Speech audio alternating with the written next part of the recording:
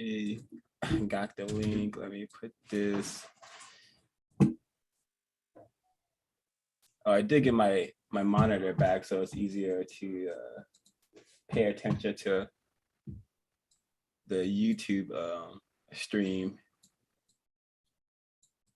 chat. So that's something constructive that happened.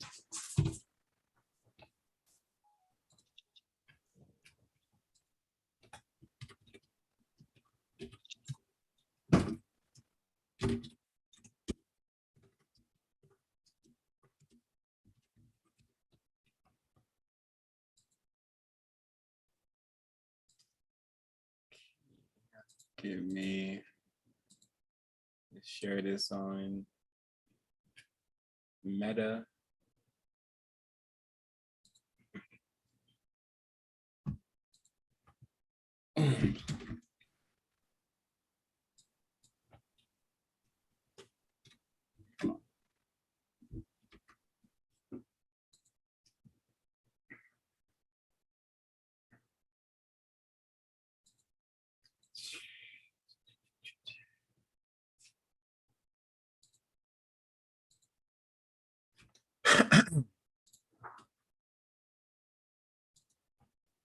Alrighty, it's Helen. I'm about to hit that record and you'll know what to do.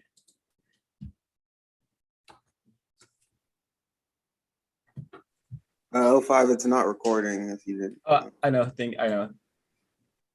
Thank you, Sarah.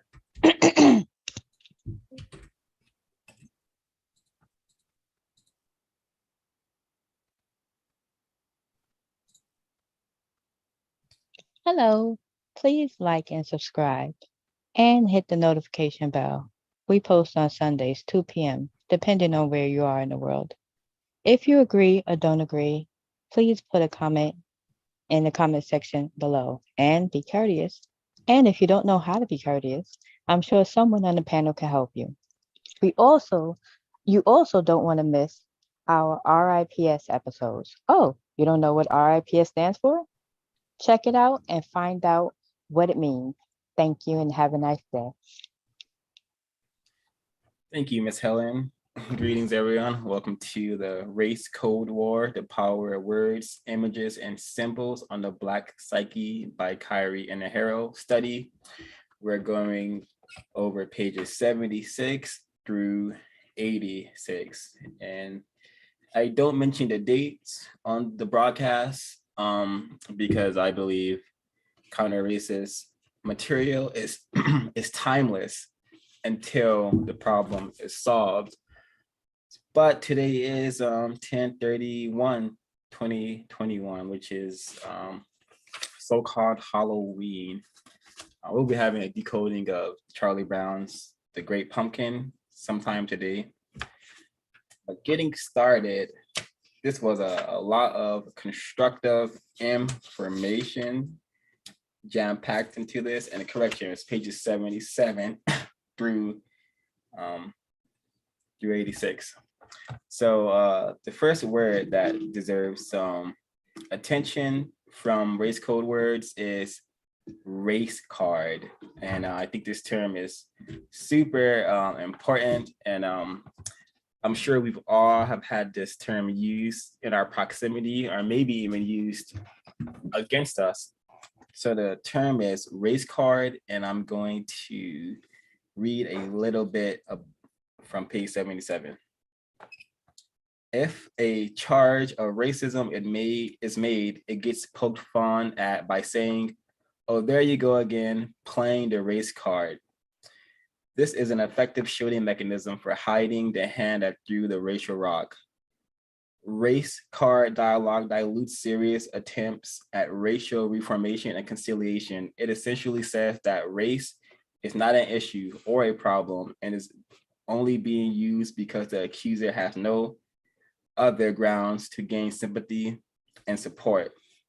And the second paragraph also is very constructive. It states, the race card statement says that racism does not exist or does not exist at the level the accuser indicates, and that It is a lame excuse and only exists in the mind of the victim. It has now become a convenient excuse for blaming someone else for personal problems and social shortcomings. The race card argument further adds validity to the notion that Black people are really lazy and dysfunctional and want others to take care of them. It also has the effect of dismissing hundreds of years of racist history as nothing but profane rantings from a do-nothing group of people. The race card is a very dangerous statement, and it must not be trivialized because it is a brilliant and powerful two-word statement that obliterates the impact of racism. I think this could be seen as a gaslighting. I suspect this is a lot what people now call gaslighting, when people attempt to present correct, truthful experiences regarding their mistreatment. People are often gaslit by saying what they're saying is incorrect, or that they're interpreting the situation incorrectly. But no, this is just a really refined racist tactic that has been used against Black people, non-white people worldwide. You know, we have been completely devastated by racism, white supremacy in every area of people activity. But when we try to make that claim, oh, we are gaslit, or we are playing the race card, or we're making everything about race, when white people are the only group in the known universe to have ever organized themselves behind a race and use this race concept to dominate the entire globe. It's a very dangerous term, race card. So did anyone want to share thoughts on race card, or even the first word that is mentioned in this section that we're covering, preferences? I have a quick little story about the race card. I remember I went to the store one day to buy supplies, and I remember the price, and then I just bought one item, actually, not supplies, one item. And the person behind the cashier was non-white, non-Black. And I went the next day and asked. I got the same thing, and it was a different person at the store, but the price was more expensive. And I told him, "You're not gonna Black tax me. I know the price of this." And then he pretended like he didn't know what I was talking about. And then I told him, yeah, stop being racist. And then he said, "I'm not being racist. You're being racist." And to me, I feel like that was a small encounter, but it's similar to if someone accuses you, if I accuse someone of being racist, and they immediately respond with calling me a racist, it just creates more confusion, especially if the person is non-white. And I was way more confused at the time. But instead of calling the non-white person racist, I could have just said, "You're practicing racism by Black taxing me." And for those who don't know, Black tax is when the non-white people who run these stores in our communities enhance the price because they assume that all Black people are stupid. Thank you for the input, Mr. Sir. I think a more refined approach would have been, calling a non-white person cannot be racist. They could be anti-Black, but they can't be racist. In order to be racist, a person needs to be classified as white. So that was just a manifestation of anti-Blackness, which manifests in an infinite amount of ways. But yeah, thanks for sharing. Really insightful as to how the mistreatment just comes in so many ways. And I'm sure many people classified as Black are Black tax out there knowing it just comes with the reality of being classified as Black by white people who practice racism, white supremacy. Are there any more thoughts on any portions of the book? We don't have to go in order. I'd like to comment on the race card portion. So there's a lot of things I was thinking about when I heard the race card. The first time I heard this term had to be in middle school. Oftentimes for whatever reason, for non-constructive reasons, kid would say, "Oh, you're playing the race card." It also made me think. I don't know if I'm still host, but co-host, but it made me think about that card game, Black Card Revoked. I don't know if anybody has heard about that game. I have it here on my screen. Let me see if I can't share it since I'm not. Hold on.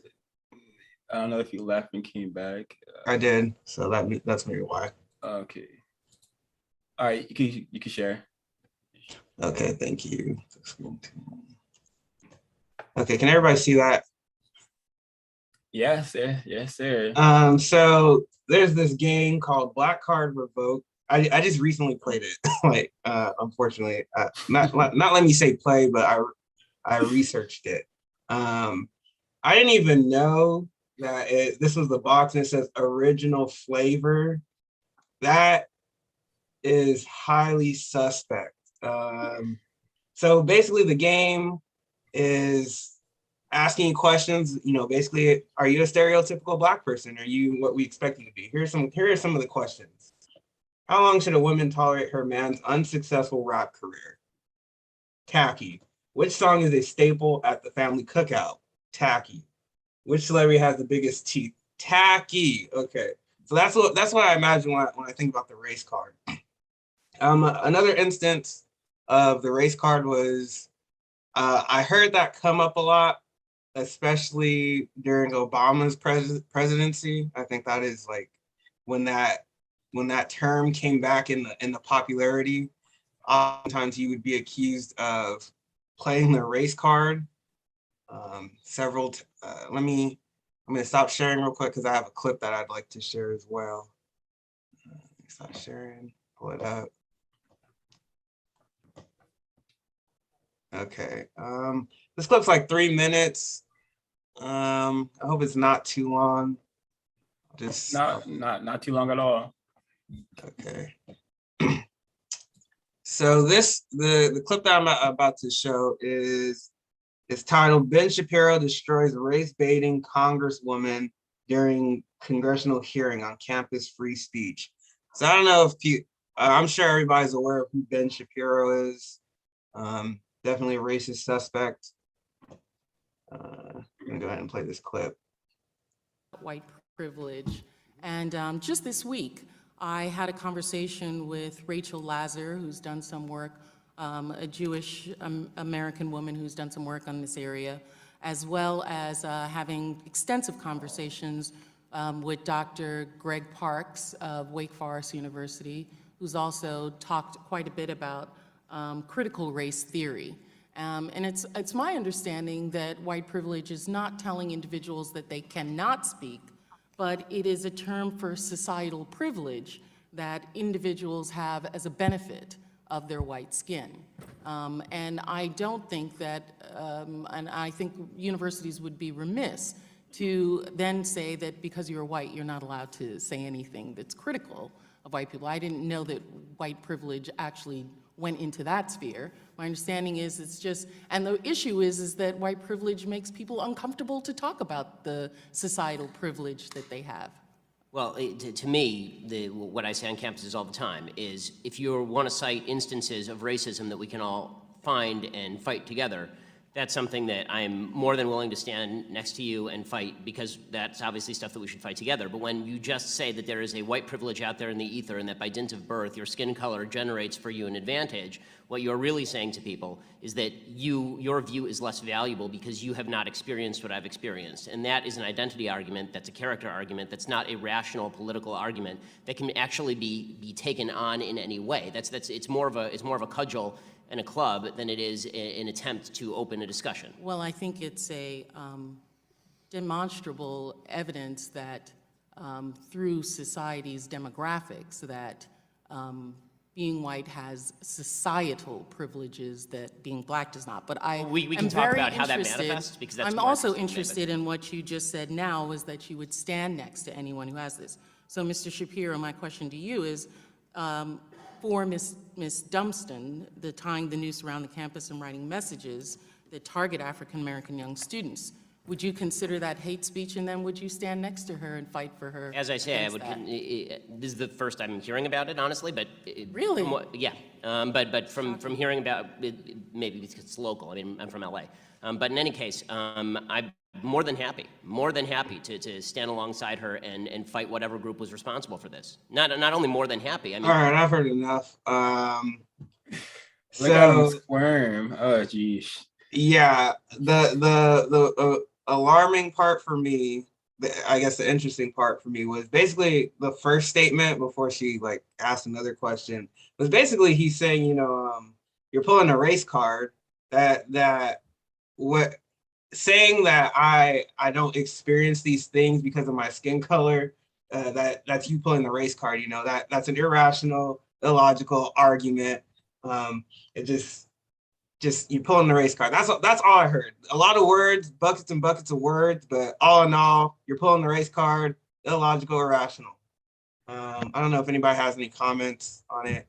Yeah, this is an excellent example of how the race card has been refined in 2020 10's era as race baiting. Instead of saying pulling a race card, they'll say a victim is race baiting. And Ben Shapiro is a master suspected racist, a master of deceit, and he spewed out a lot of jargon, nonsense words, combinations of useless words that he's trying to hide behind. And it's really tragic that Miss Plaskett is saying white privilege is, I would call it white power or the system of white supremacy. But she does not yet have that understanding of what is actually taking place. So it makes it easier for Ben Shapiro to hide behind jargon. Really telling. And the likes of Ben Shapiro, Jordan Peterson, they all use that same sort of jargon to pretend like white power does not exist, to pretend like being born with so-called white skin, being born classified as white does not give people white power. So yeah, this is just expected.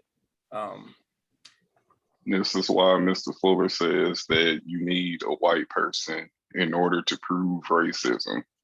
And then you have white people like Ben Shapiro, who says basically, well, when he told this Black female, if she can't substantiate these acts of racism, I believe he made the term, this is nothing more than casual in a club. Casual meaning coax with flattery. And I don't think being victims to racism, white supremacy is flattering. And it's very common that the white supremacists bring up the term, the race card, and it's very incorrect.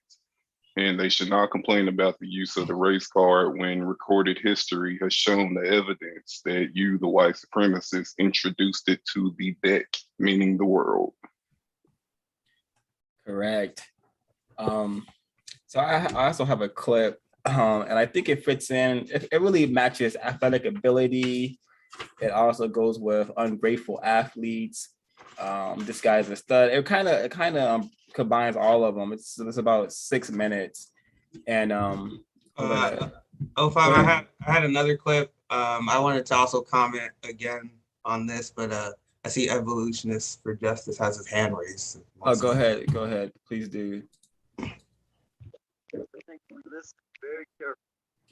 a little hard to hear you. Oh, you hear me? Say again. It's still you sound like you're far away from your mic. Better? No. Not at all.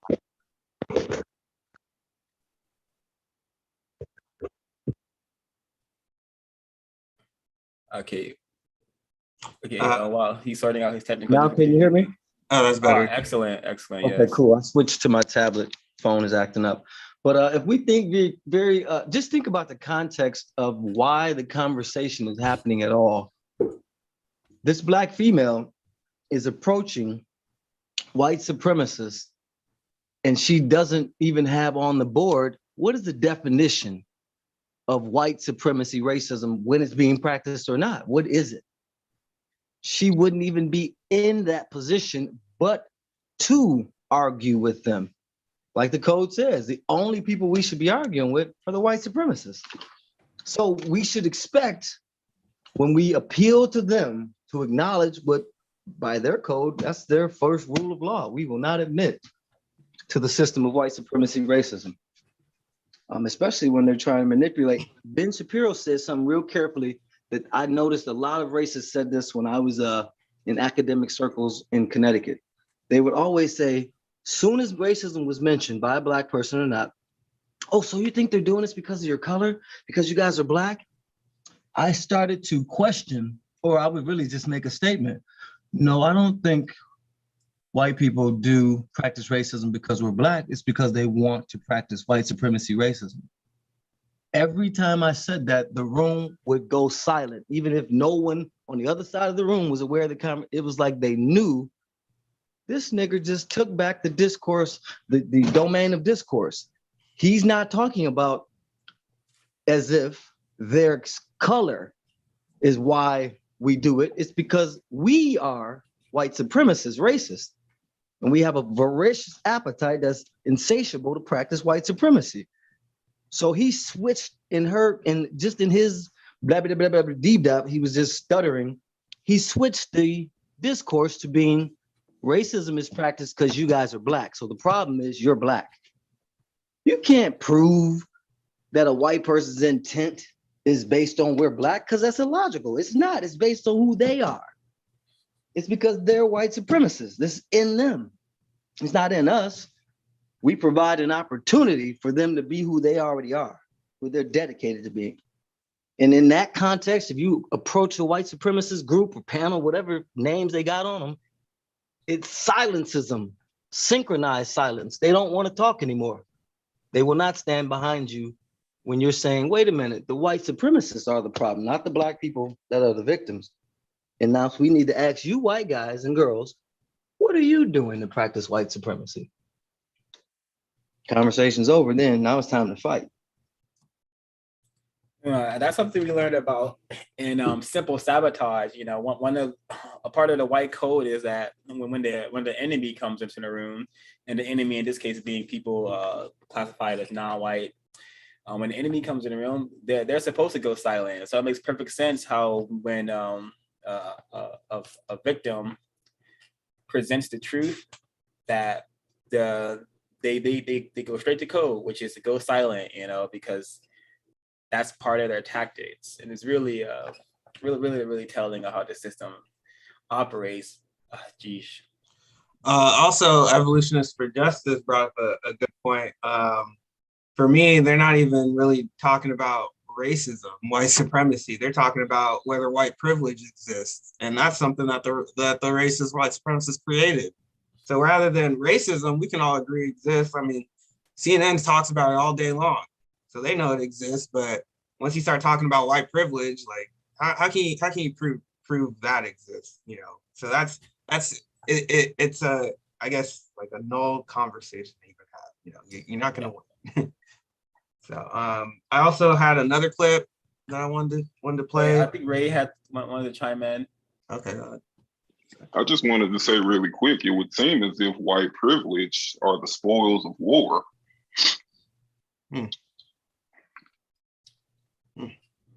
Seems so. Again, how can we say privilege comes from, if we do not acknowledge that in order to benefit a white person, right? A white person deliberately has to mistreat a person of color, in particular a Black person. There is no privilege in, okay, we're not gonna rape this white person, we're gonna rape this nigger. That's not a privileged position. Okay, we're not gonna tell the truth to Black babies, most vulnerable minds. We're gonna lie to them and tell white children mythical, dominant, superior viewpoints in so-called education. So there's no place for the word privilege. The white man who invented it, he never said it was like some passive, partial, just physical or material benefit. He said it came directly with deliberately ignoring abuse. Yeah, this is why if you're gonna use the P word, make sure it's power, because again, it's not a privilege to brain trash and manipulate an entire populace. That's a power. White people are not hiding behind privilege. They're not using privilege. They're using white power. So I appreciate those who understand and use the correct terminology. Tragically, many of us victims of racism, highly confused victims, we think the problem is privilege, and we have been trained to self-censor ourselves by using these illogical words to describe a very, very serious problem called racism and white supremacy. One thing I'm mindful of is also the way the white supremacists that are refined tend to try to reduce us to talking about white supremacy as if them being white supremacists is innate in some so-called human, which we know that's impossible, human behavior. You're innately going to be against someone. So that nullifies, again, they have designed race. All race games, they're dominant in because they created the sphere of race. So I think they like to do that, trickle that into the conversation that, oh, it's only natural people are gonna have, differences because of color and culture. No, it's not natural. No, not at all. Very well said. Evolution is for justice. Okay. I am going to share the next clip. Okay.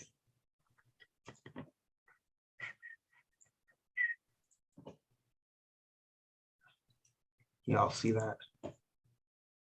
Let's move okay. on. There's an interview, former Vice President Dick Cheney in Playboy magazine, in which he repeats a lot of things he said before about the president's foreign policy. He's not a fan of President Obama. He thinks he's weak when it comes to the war on terrorism and projecting U.S. strength around the world. But he also responds to a criticism that comes sometimes from the White House and sometimes from allies of the Attorney General Eric Holder, that a lot of the Republican criticism of those two leaders, the president and the Attorney General, are based on race. Listen to Dick Cheney. I think they're playing the race card, in my view. To say that we criticize or that I criticize Barack Obama or Eric Holder because of race, I just think it's obviously not true. My view of it is the criticism is merited because of performance or lack of performance, because of incompetence.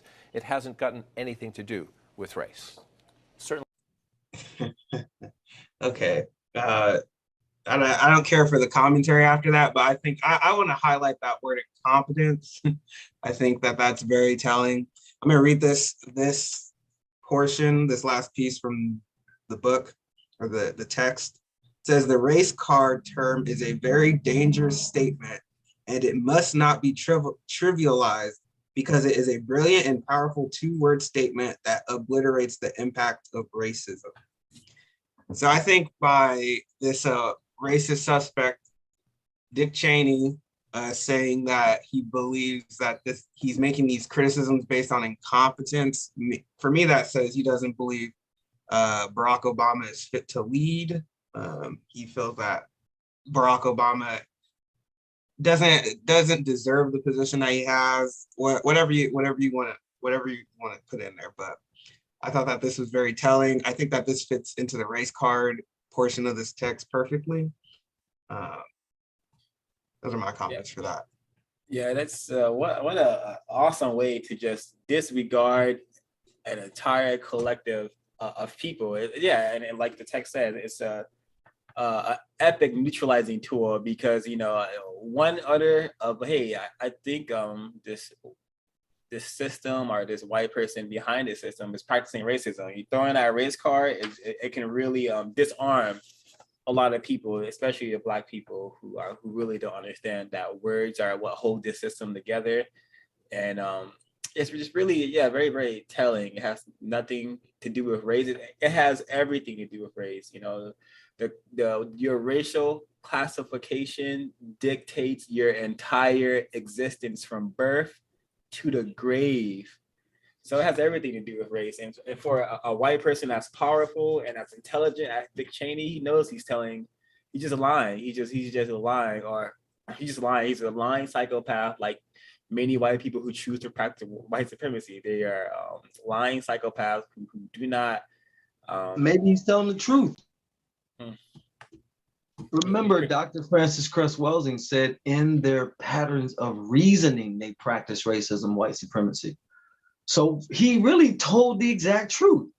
A Black male is incompetent to be and govern a white supremacist dictatorship worldwide. He's incompetent. He's unable. We should always doubt the competency of people of color, especially from the perspective of a white supremacist. It doesn't have anything to do with quote unquote race, because Dick Cheney is the white race. It has to do with that right there. Not Barack's designation, but the fact that Barack is not a part of their designation. So he's being honest. Eric Holder and Barack Obama could not be fully utilized to sustain the utmost white supremacist regime, of the utmost of the white supremacist regime. He couldn't satisfy both groups of white supremacists who wanted different international dictates towards people of color. They did a lot of, conduit of a lot of damage, but this man is being honest. They're not able to do all that we want to do. They're not as motivated. Yeah, I can see the truth sprinkled in with lies, but him saying it hasn't got anything to do with race. Even following counter-racist logic, what you said makes a lot of sense, but I think he's practicing immense deception nonetheless in his statements. Yeah, I agree. He's a good one. He's a good liar.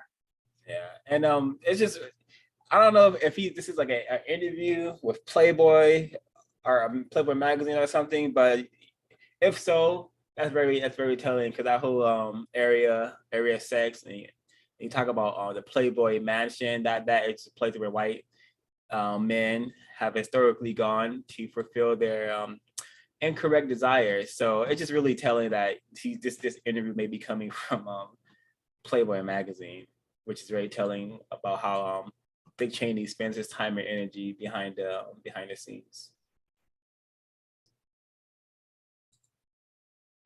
Yeah, I agree. I think that was a great observation by Abolitionists for Justice. Definitely puts it into perspective, and it puts it in a proper context as well, I believe. I think oftentimes other people may say, oh, well, Dick Cheney's a conservative, he's a Republican. Obama's a Democrat. They're always arguing. They always have conflicting views or whatnot. So this type of behavior is normal. I believe that's completely false, and that's deceiving, and not only serves to confuse victims. I think under a system of racism, white supremacy, everything needs to be put under its proper context. In this case, racism. So those are my final comments for that. I do have one more video, and then I have two videos that I wanted to show for athletic ability, but I have one more video. If I could go ahead and share that one. There's a topic out there today, and this is a race topic, so I feel very comfortable with you talking about it, probably more than me, that Serena Williams is number 2 in endorsements to Maria Sharapova in tennis. Now, she makes a fortune. She makes like $12 million a year in endorsements. That's more than Peyton Manning. But there's a lot of people that say she should be number 1 overwhelmingly, and it is race and only race, and that's why she's not the dominant number 1 endorsement person in women's tennis. I said I think race is absolutely part of it. To what degree, I don't know. African Americans have been absolutely embraced in America. Tiger, Magic was more popular than Bird. What do you make of it? I mean, how big of a deal is it to you? Are you bothered that she's not the dominant number 1 women in endorsements? Not really. I mean, there's guys in the NBA got more commercials than LeBron or Kobe. And I think it's more that she's an attractive girl. Not saying Serena's not attractive. It goes back to Anna Kournikova. That's what's considered pretty. So companies, first of all, you don't even know what she's making her money on. Maybe it is. First of all, it might be some money she's making overseas. But I think more than anything, that Sharapova girl is a very pretty girl. Serena, she's really muscular, so people might hold that against her. You hear people saying rude things about her body. I think she got a fantastic body myself. I just get offended when everybody always plays the race card over some silly where somebody makes $40 million instead of $30 million. when race really comes into play, people get sick of people crying wolf. So I try not to ever use the race card unless I'm 100% sure. I mean, it makes great talk radio, but it can't be proven. Yeah, that's a good point. It can't be proven. I mean, like I say, it doesn't have anything with who's number one. LeBron's the best player. And I'm not bashing on anybody, but I think Chris Paul. Oh, God. And Blake Griffin get more commercials than Kevin Durant. Is that because of race? I mean, you can't be just throwing the race thing out there. Listen, Serena's a beautiful girl, but some people like Konnikova look better, and now they like Sharapova's look better. That's like, because if you want, the highest paid girl should be that Mr. Copeland girl. If you want to talk about perfect bodies and looks and everything, she should be like number one ahead of all of them. Yeah. But I don't like when people throw the race card out there like they have proof. I mean, you can think that, but you can't prove it. Let's move on. There's an interview, former vice. Wow. Okay, I'd like to hear the panel's thoughts on that clip, if they have any, before I share my thoughts.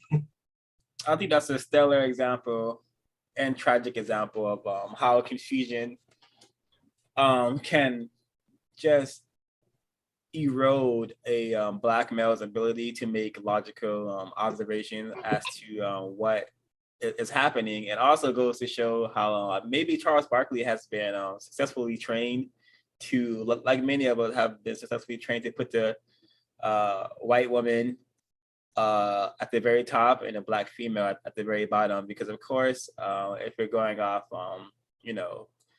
prestige and Serena's, Serena Williams are definitely what I would say the best tennis player to ever come into the known universe. But she's still not getting her rewards, her just rewards. She's still always coming second, and in some way shape or form, to this white woman. But that's to be expected. And Charles Barkley, he's the kind of victim that white people truly appreciate, because he's regurgitating the race card. He's regurgitating the race card, which is what Kyrie and the Herald talks about a lot. How we are taught these race code words, and then we use them to further sabotage ourselves, our other victims of racism, non-white people.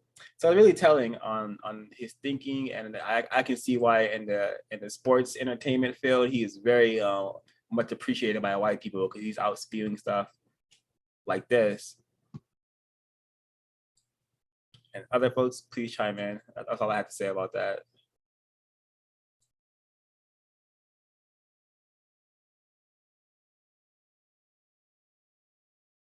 Well, I guess this would be a good way to get some of the what is the term called? Athlete. Athletic ability. No, I want to quick comment on I missed the last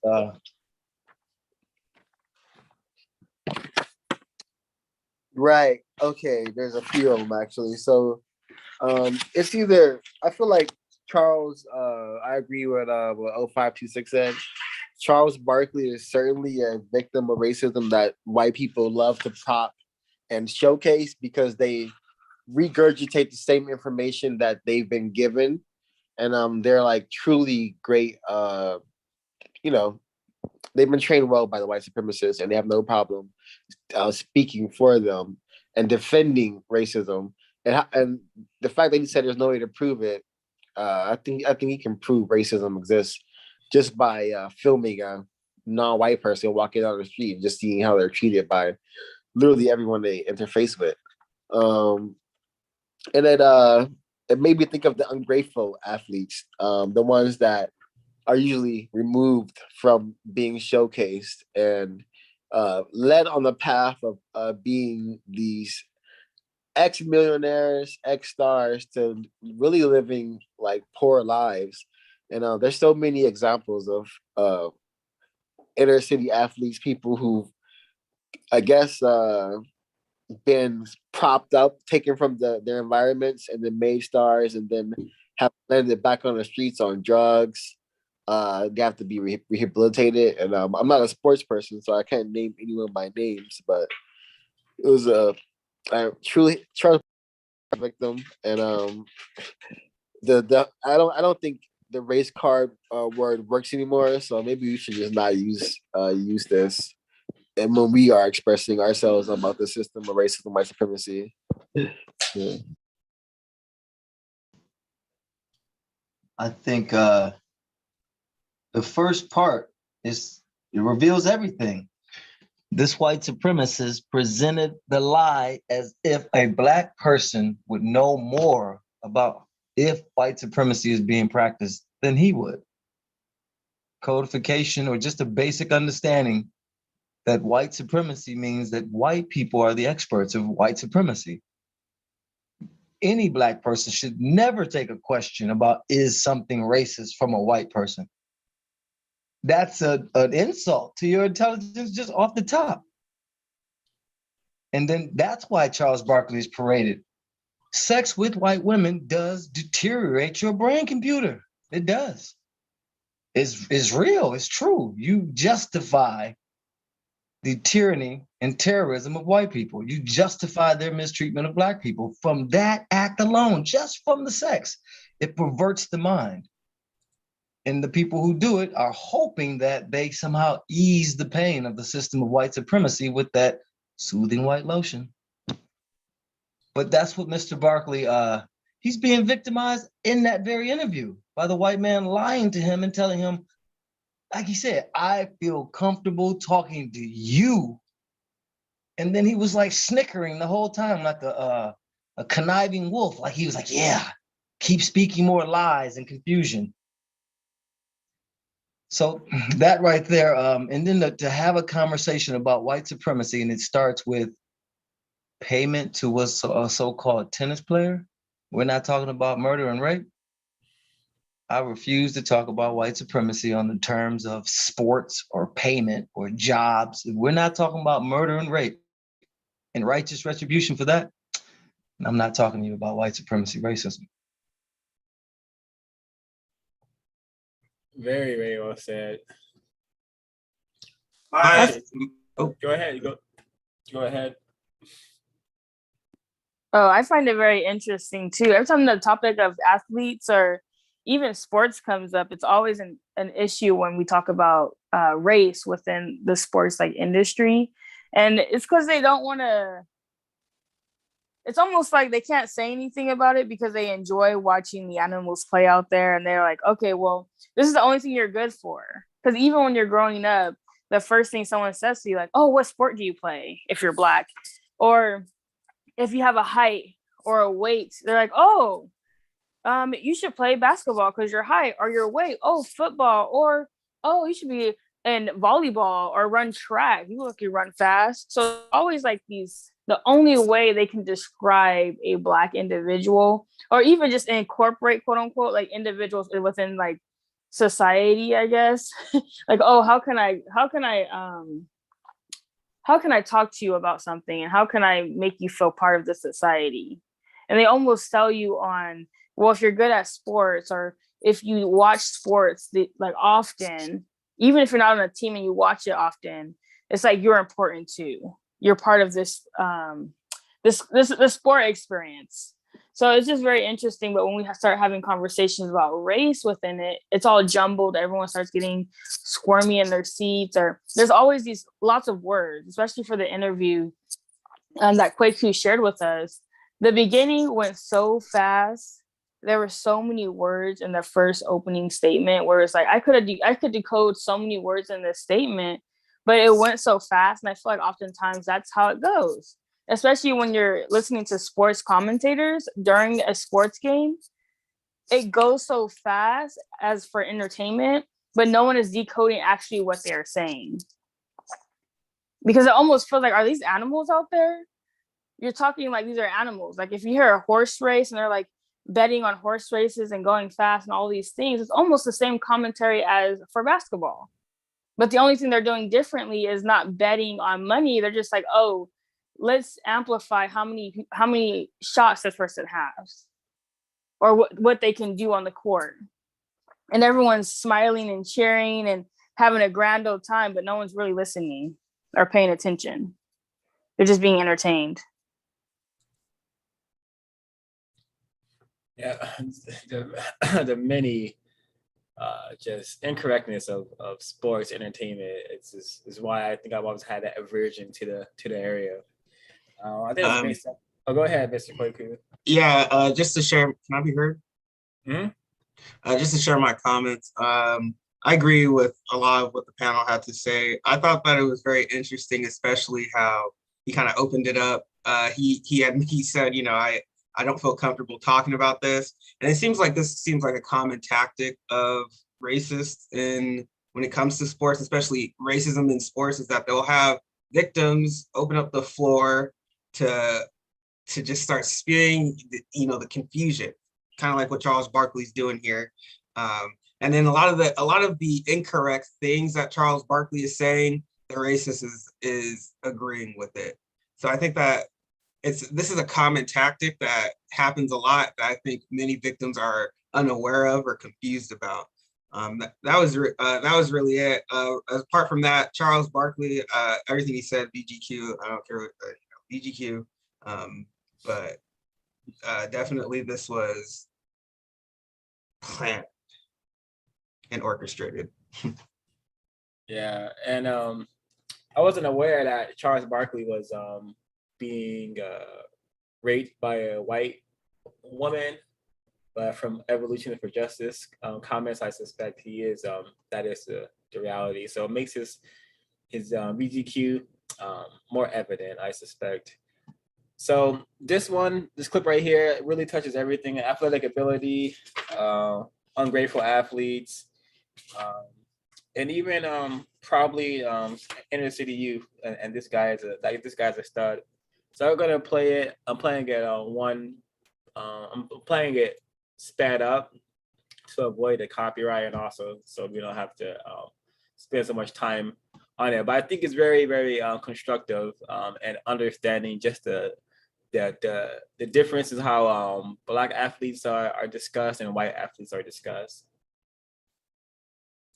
Most memorable moments in his career. Not his 10 best plays. I didn't call it that. Not his 10 greatest catches. Not his 10 most memorable moments in his career. There is one man in sports you do not bet against. Bill Belichick. And his name is Thomas Edward Patrick Brady. My point was, once you start looking at his 10 biggest moments, it's a lot of non-football nonsense. Thomas Edward Patrick Brady. He turned into Michael Jordan in sheep's clothing. He turned right into that cold-blooded assassin, disguised as the corny dad who lives next door. The problem is they got the greatest football player ever, and whenever it looks like he's slowing down, he does tap into that reservoir of greatness. I mean, Tom Brady spends his off seasons with Edelman, and they already have timing. You do it because you're internally motivated, and that's why Tom Brady's great. Double standards in sports, they exist. In Odo Beckham's GQ interview, he was asked and answered, do you think race plays a part in the double standard you're dealing with? To which he answered, race plays into everything, whether we want to believe it or not. Popovich said it. We live in a racist country that hasn't figured it out yet. Especially in the media. He is extremely, almost crazy competitive. That is Skip Bayless, host on FS1, discussing Tom Brady. How did he talk about Odell? If he doesn't get his numbers or his shine, then he's going to go crazy and act out, and he's going to pout. Bayless on Brady. He screwed up and he knew it. No, he didn't. And he was furious with himself. Bayless on Odell. No, bad idea. There's no way I'm going to invest that much money in a diva wide receiver. But the buck doesn't stop with Skip. It continues. Tom Brady's always been a team guy. So if Tom Brady blows up on the sideline once a year, I know he's blown up for the right reason. That's another FS1 host, Colin Coward. Colin has a different view on Odell. Is it me, or is OBJ gone from circus catch to now just more circus? Brady? He is all about the silver. He's all about that uniform. Odell can be a little high maintenance, needy, and selfish sometimes, because that's what he's shown me. And even this on Odell Beckham. My point was, once you start looking at his 10 biggest moments, it's a lot of non-football nonsense. There's the catch, and that's just a bunch of Paris hotel room fighting with a net, peeing in the end zone. I'm like, We've gone from circus catch to circus act. Never bringing up a thing on Brady off the field, like, say, his support of a white supremacist, calling Nazis fine people, throwing kids in cages, separating families, loathing the media, and empowering a global threat. This isn't worthy of a Brady memorable moment, Colin? And if Trump was president, I hope so. That would be great. There would be a putting green on the White House lawn. I'm sure of that. What about Brady destroying his cell phone in a case of cheating at the highest level? Speaking of cheating, how about the distraction of Brady's personal trainer, Alex Guerrero? Guerrero is known as Brady's body coach, his spiritual guide, counselor, pal, nutrition advisor, trainer, massage therapist, and family member. So they're tight. Teammate Julian Edelman worked closely with Guerrero, Brady's boy, even calling him Mr. Miyagi. Edelman tested positive for steroids and served a suspension. I ask rhetorically, how would mainstream media treat this if it were Odell Beckham's trainer? How about Brady's trainer trying to split the organization by turning players against Bill Belichick via Patriots players openly discussing with coaches, staff, and trusted advisors whether to follow Brady and Guerrero or the team? Do we risk alienating the NFL's most powerful coach or risk alienating the NFL's most powerful quarterback? Where was the coverage of Brady's BFF being investigated by the Federal Trade Commission? Guerrero was part of an infomercial for a product called Supreme Greens, which claimed to be able to cure cancer, AIDS, multiple sclerosis, and Parkinson's disease. The FTC debunked that claim and others made by Guerrero in the infomercial, including the fact that he was a doctor, as a sham. But wait, the FTC investigated Guerrero a second time. NeuroSafe, a preventive measure for concussions and sports-related head injuries, as well as a business partner in Tom Brady. The label on the product stated that it was powered by TB12. Does this not qualify as a distraction? As with Guerrero's Supreme Greens product, the claims were overblown and unproven. The FTC concluded that Guerrero had no scientific evidence to back his extraordinary claims. NeuroSafe was shut down. There is a long history from the media via harsh critics of black athletes, for which their white counterparts are celebrated. It is displayed on magazine covers like LeBron James and Tom Brady's wife, Gisele Bündchen. Vogue's quest to highlight the differences between superstar athletes and supermodels only successfully reinforces the animalistic stereotypes frequently associated with black athletes, writes Jamil Hill. As Hill points out, the blogosphere have noted draw a striking resemblance to the racially charged image of King Kong enveloping his very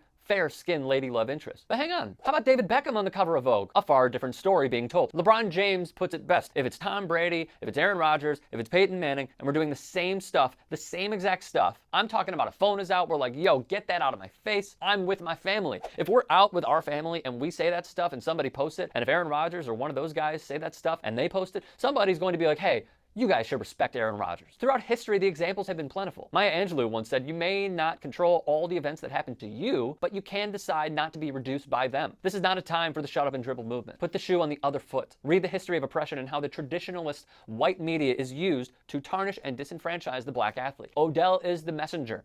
Just don't shoot him. If you'd like to hear more thought, circus catch to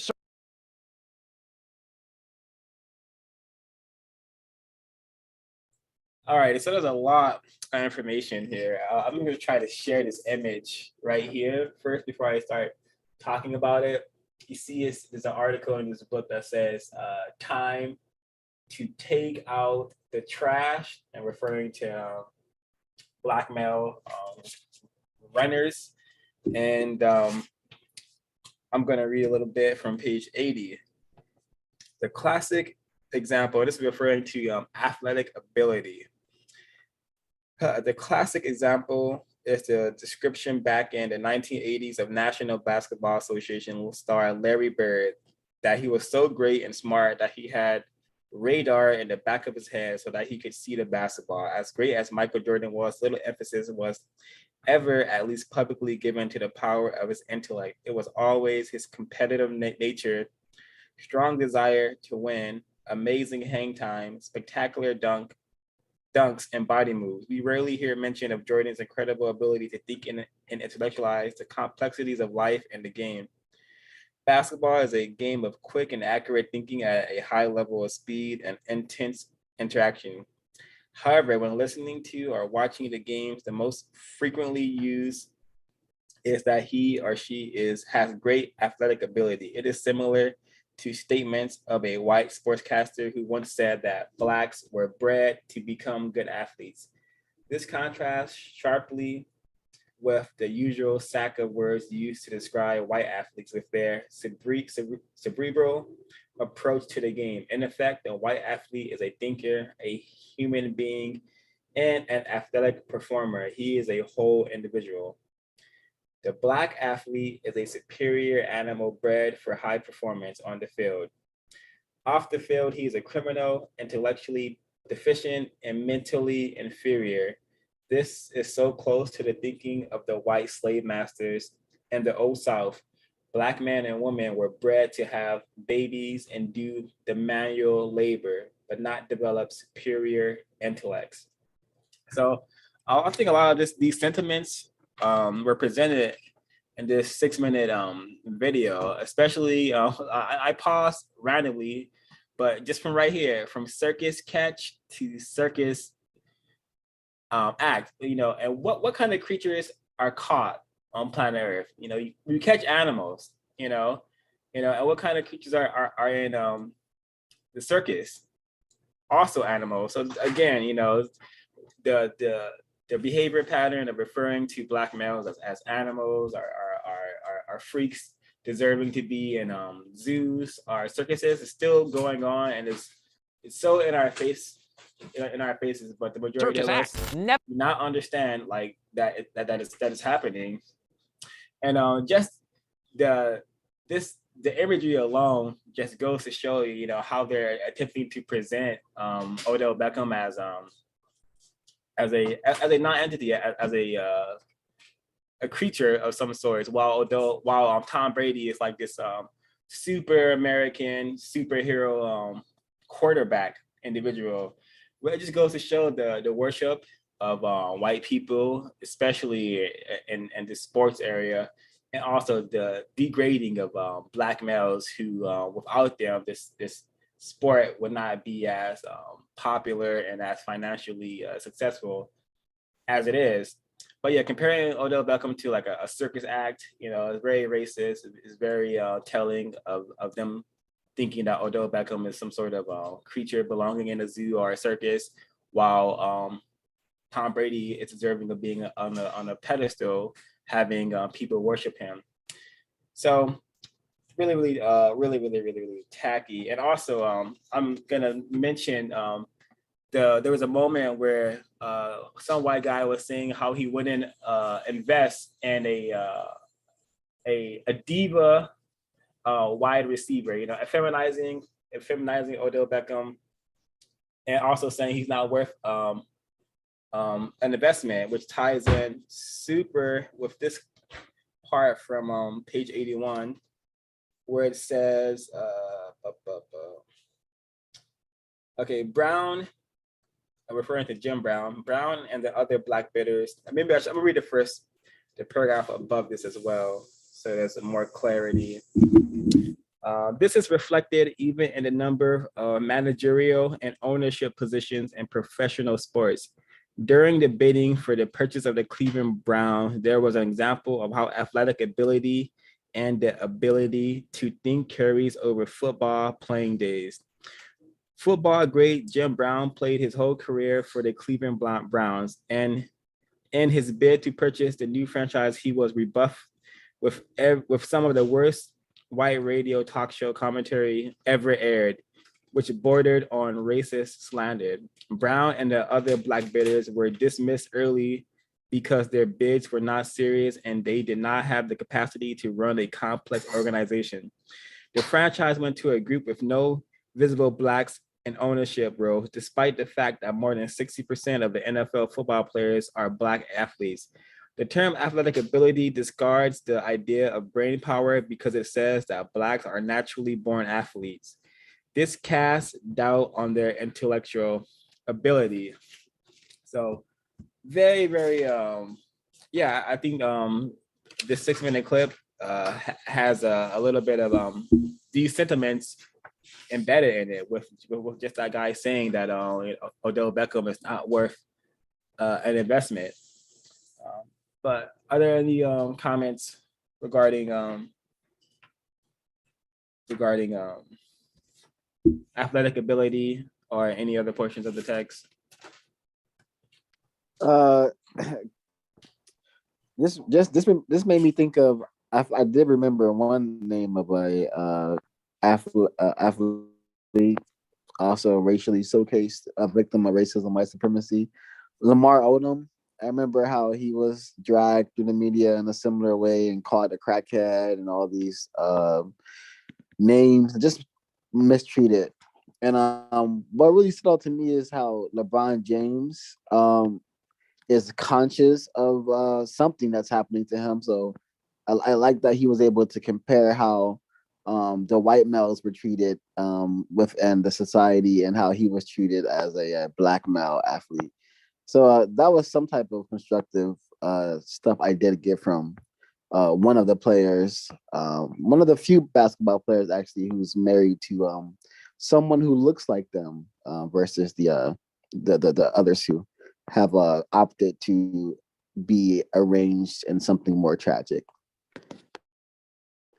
Yeah, Odell Beckham also mentioned that everything's about race, which is correct. And it's really rare to see such an understanding from a black athlete, from a black male, which is always constructive to see. Everything is most certainly about race and leads to racism. Any more comments? This portion of the text reminds me of how Black athletes are highly animalized. TopEndSports.com reports that one of the most well-known man versus animal challenges involves American sprinter Jesse Owens, who resorted to racing against horses to earn an income after winning gold at the 1936 Olympics. And let's see. Such stats did not deter Chicago Browns receiver Devin Hester and Chris Johnson, I suspect both black males, of the Tennessee Titans, who raced against a pair of cheetahs for a documentary for National Geographic's Wild Big Cat Week. And then we also have here sprinter Sean Crawford, black male, who races a giraffe from the Man vs. Beast TV show in 2003. We have here on the Sports Science TV show, NFL wide receiver Dennis Northcutt, black male, raced against the fastest animal on two legs, an ostrich. So this is a common tactic amongst the white supremacists to animalize black people, and we should be very aware of that. Thank you, Ray. I've never heard of such racist antics, but I'm not surprised. I'm going to play another clip. It all relates to athletic ability, but this one is I think it fits in. This guy is a stud. I'm going to read a little bit, and I'm going to play the clip from page 81. This code is the same as the phrase athletic ability. The stud word is a throwback to chattel slavery system. When black men and women were bred as cattle, this was a standard practice during chattel slavery. Black men were used to impregnate black females to produce more slaves to raise cotton and take care of the master. The best conditioned slaves brought the highest prices at the slave auction. The breeding process, idea, philosophy have continued in competitive sports. So let me see. Let me get the clip up. 1 second. I thank white supremacist commentators in sports because they were the first ones who made me fed up with white supremacy racism to where it was in every comment. So I appreciate them because every day they're just like Fox or CNN. All they do is speak in racist code and then have black people who are ignorant of white supremacy refine those codes so that we can swallow them. Precisely. Look at how this white woman, suspected racist, pay attention to how she discusses and degrades LeBron and pretty much every black person in this clip. Very telling, and easily the term jock can be replaced with stud. But I'm going to play the clip. We're going to create a new banner. This is a Jump Doc alert. NBA superstar LeBron James is talking politics again. I know you guys are excited to see her. I didn't know you guys would be excited to see me too, but thank you. As much as you guys would love to hear from me, I would much rather love to hear from our next president, Ms. Hillary Right now, a historic moment. We can now project the winner of the presidential race. CNN projects Donald Trump wins the presidency. And this time it's R-rated. Here's his barely intelligible, not to mention ungrammatical take on President Trump in a new ESPN podcast. The number one job in America, the point of person, is someone who doesn't understand the people and really don't give a about the people. But wait, there's more gripping insight. ESPN host Carrie Champion asked James and fellow NBA star Kevin Durant about what she described as Trump's racist comments. I feel like our team as a country is not ran by a great coach. It's not even a surprise when he says something. It's not even a surprise. It's like laughable. It's like it's laughable. It's laughable and it's scary. But it's also scary because I shouldn't be numb to your racist comments. Right. I shouldn't be numb to your behavior. I'm numb to this commentary. Like, must they run their mouths like that? Unfortunately, a lot of kids and some adults take these ignorant comments seriously. Look, there might be a cautionary lesson in LeBron for kids. This is what happens when you attempt to leave high school a year early to join the NBA. And it's always unwise to seek political advice from someone who gets paid $100 million a year to bounce a ball. Oh, and LeBron and Kevin, you're great players, but no one voted for you. Millions elected Trump to be their coach. So keep the political commentary to yourself, or as someone once said, shut up and dribble. We'll be right back.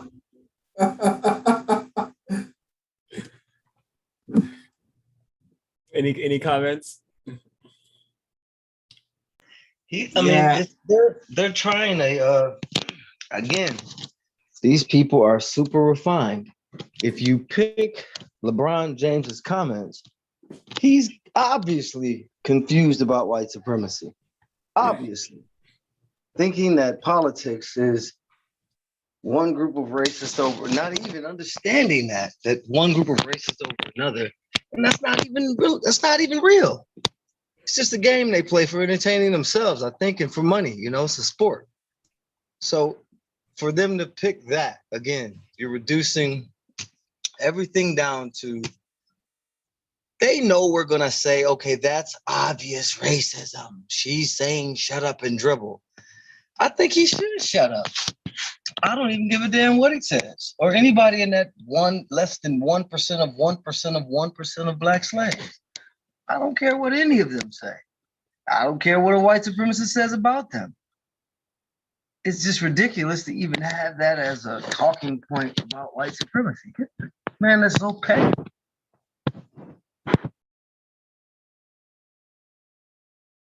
Thank you, Mr. Evolutionist for Justice.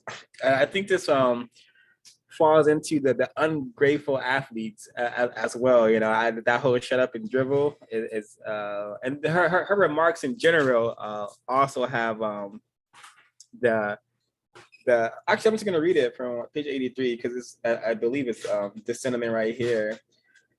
The media was full of statements like, who really cares about the NBA anyway, or nobody watches the games until there are 3 minutes left in the game. This code language to play down the importance of black basketball, of the black basketball star in the national psyche. In the 2000 Olympics in Sydney, Australia, the NBA players were called a disgrace for playing a close game with the all-white Lithuanian basketball team.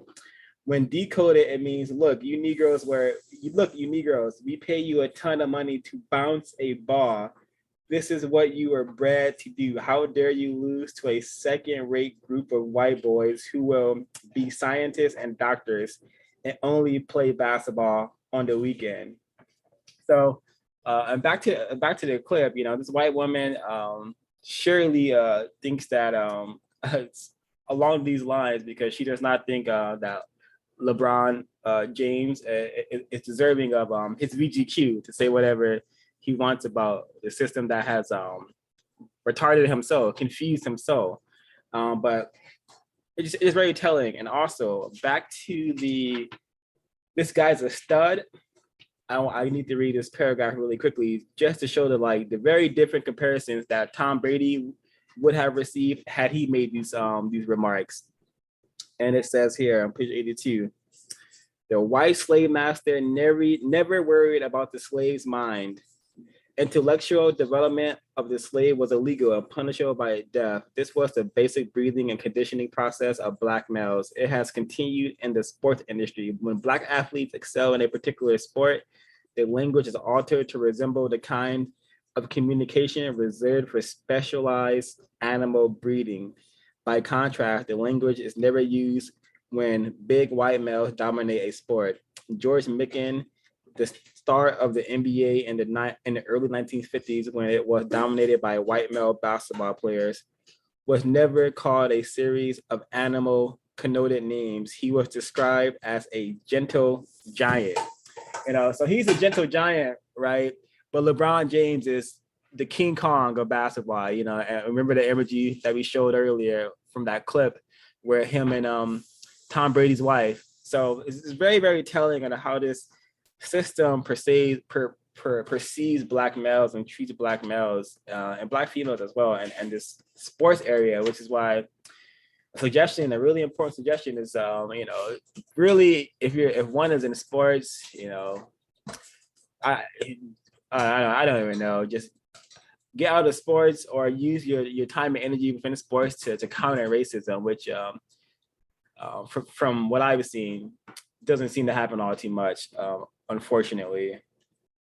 And it's tragic because this whole section reminds me of my time in Berkeley. There was I think he played football for Berkeley, and you could tell that that he really actually let me go to the article. Here. So this is an article discussing how a lot of student athletes have really poor reading abilities, haven't been taught how to read correctly or understand.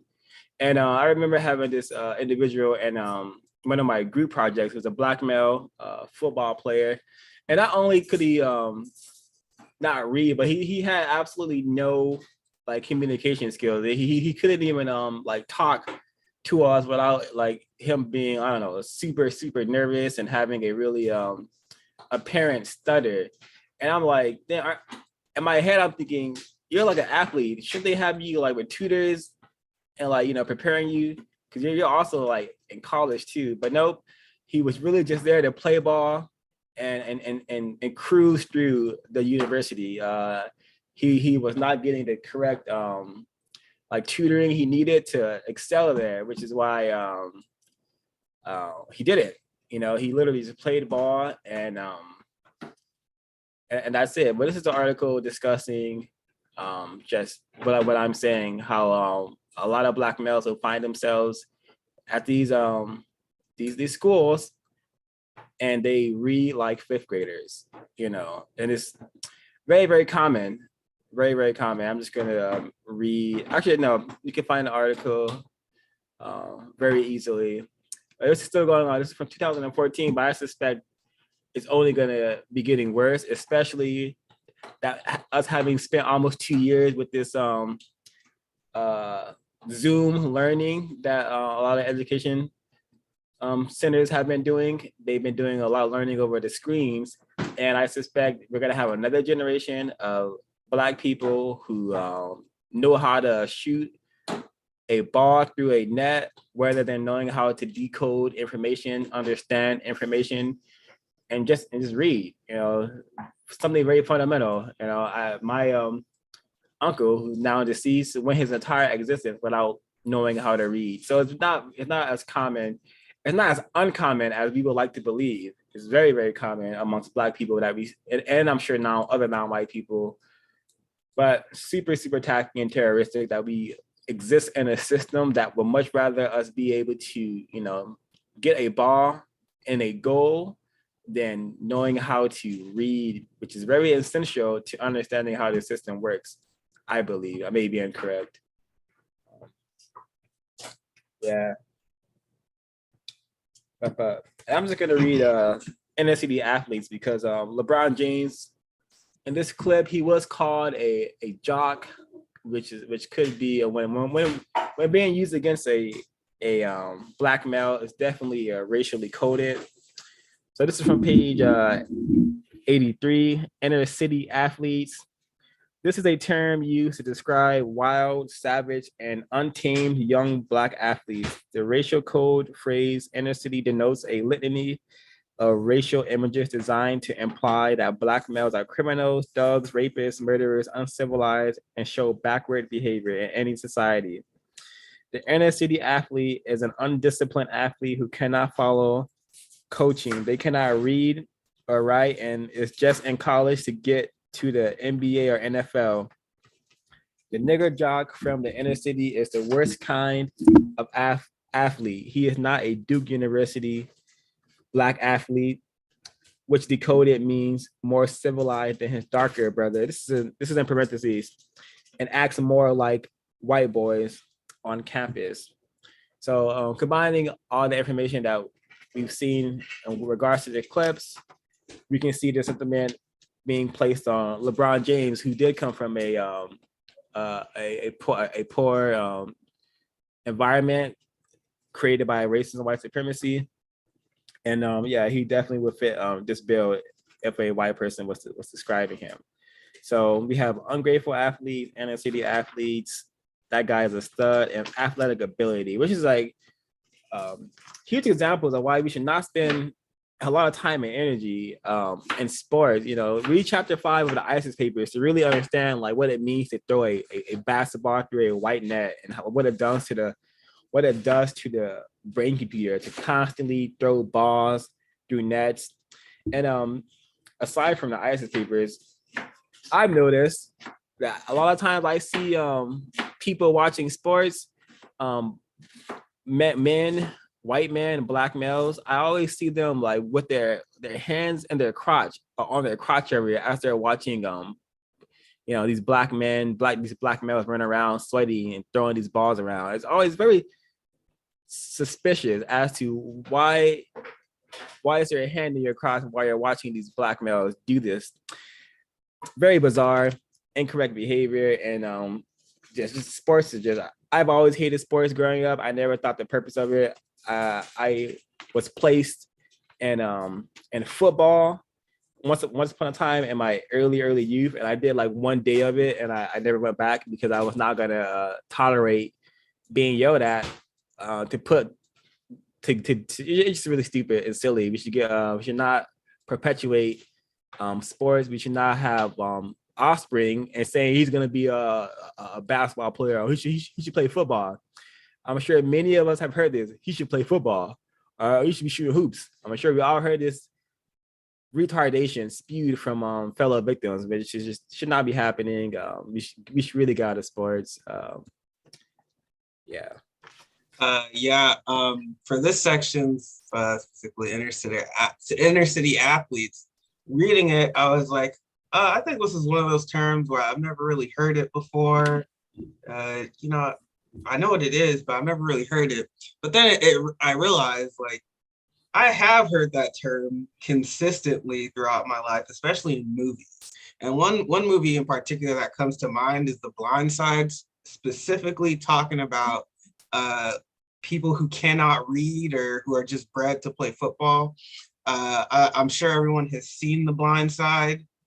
Unfortunately, they're a very tragic situation to be in as a victim.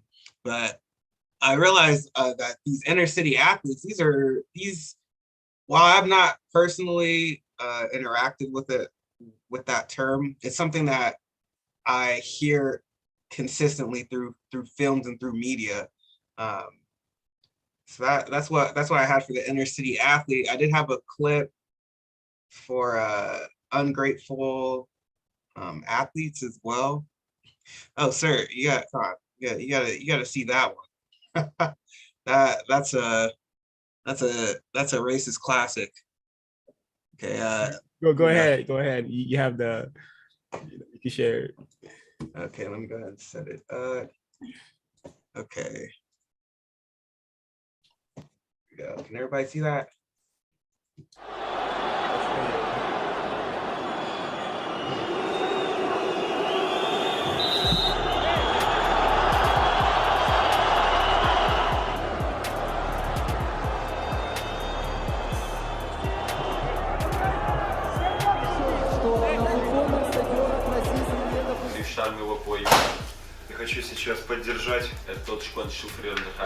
I wanted to stop real quick to just talk about what had transpired right there. So this is a clip of a Brazilian soccer player playing in Ukraine. Ukraine is in Europe, completely white Urugu community. So the Brazilian, the non-white player was experiencing overt racist violence, and he reacted towards it. The referee sent him off the field for his reaction. For me, that says, how dare you react to this overt racist violence? You should be grateful for even being allowed on the field. You should be grateful for having the opportunity to entertain these good old white folk up there. How dare you? And now this is the conference, the little press conference afterwards. Pay attention to the words he said. Особенно всех тех, которые страдают от расизма, в частности тех ребят, которые пострадали сегодня, потому что и все вместе мы должны бороться против этого.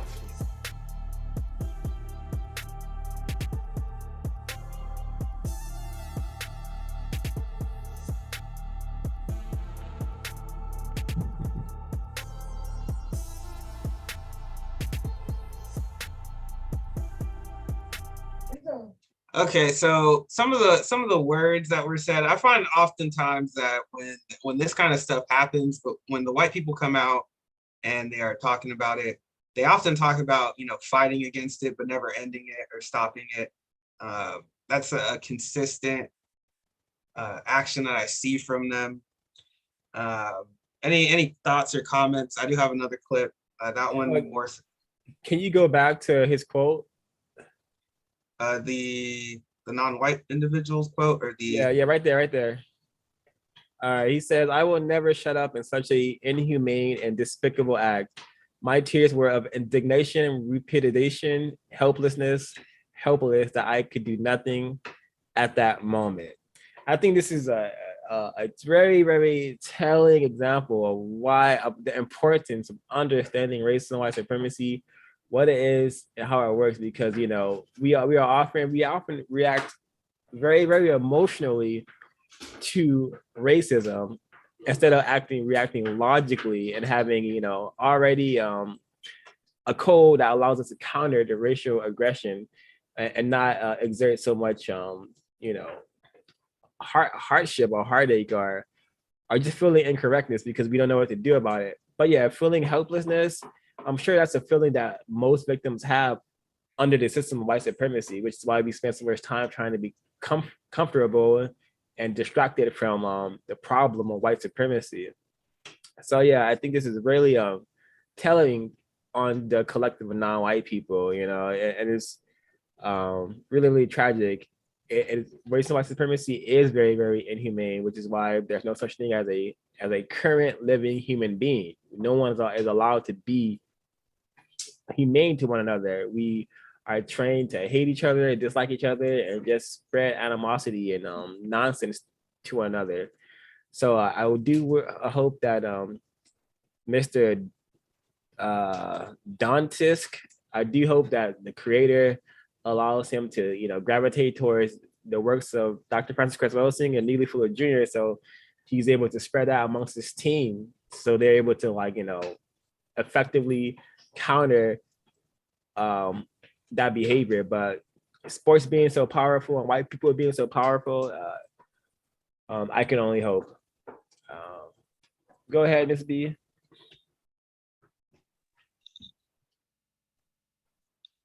So going back a little bit to The Blind Side, the character or that the story is based on. Michael Orr, I think that's how you pronounce his last name. They tried to portray him as illiterate in the movie. He was not illiterate. He didn't like the his portrayal in the movie, and I could understand why, because it made him seem like, you know, a dumb, illiterate person, or it was just a very tacky, trashy movie, and how they portrayed the victim. Going to boxing, talking about Mike Tyson and how, you know, he's a heavyweight of the world, but yet he was portrayed as someone who was dumb or ignorant, of less intelligence. But in order to box, you have to be able to. It's a mental game. It's also a mental game, and nobody said that when Mike Tyson was boxing. It was just, he was just portrayed as this brute, and it was very unfortunate how he was treated in that arena. Yes, we need to get out of boxing. We need to get out of sport. Yes, it's good as far as exercise wise, but other than that, no. They just see, white people see us as animals. We're not even human to them. We're nothing. We're things. So yes, we need to get out of sports. Please do not encourage your children, your offspring, into sports. Encourage them to use their mind. I'll mute my mouth for now. Yeah, I wanted to comment on add to what Ms. B was saying. I'm sure the non-white athlete who experienced overt racial violence, you know, he's for sure confused about the relationship that he has. I'm sure he thinks that when he scores these goals, that these racist suspects love him, adore him, they treat him well. And then, but for me, I see it as they just believe he's a useful stud in the moment. And then at the point in time when he, I guess, disappoints them by, you know, acting out like that, you're, for lack of a better word, you're a nigger again, unfortunately. I did have another clip, my final clip. This one has to do with athletic ability. I'm gonna go ahead and share it.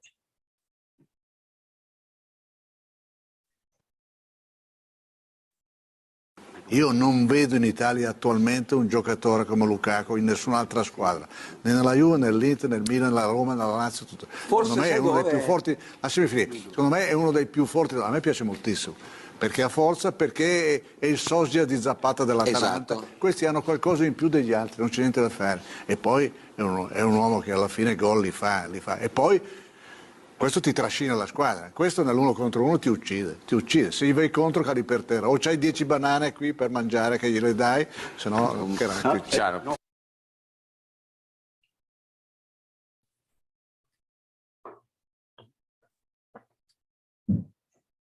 Okay, so this Italian this racist suspect is talking about Romelu Lukaku. I'm gonna pull up a picture. Well, non-white. I'll pull up a picture of both Lukaku and Zapata, the other non-white male that he mentioned. But something in sports, especially in soccer in Europe, whenever bananas are very much what's the word I'm looking for? Associated with racism and Black players in Europe. So I think it's incredibly telling, and I think he's being completely honest about how he feels about the players.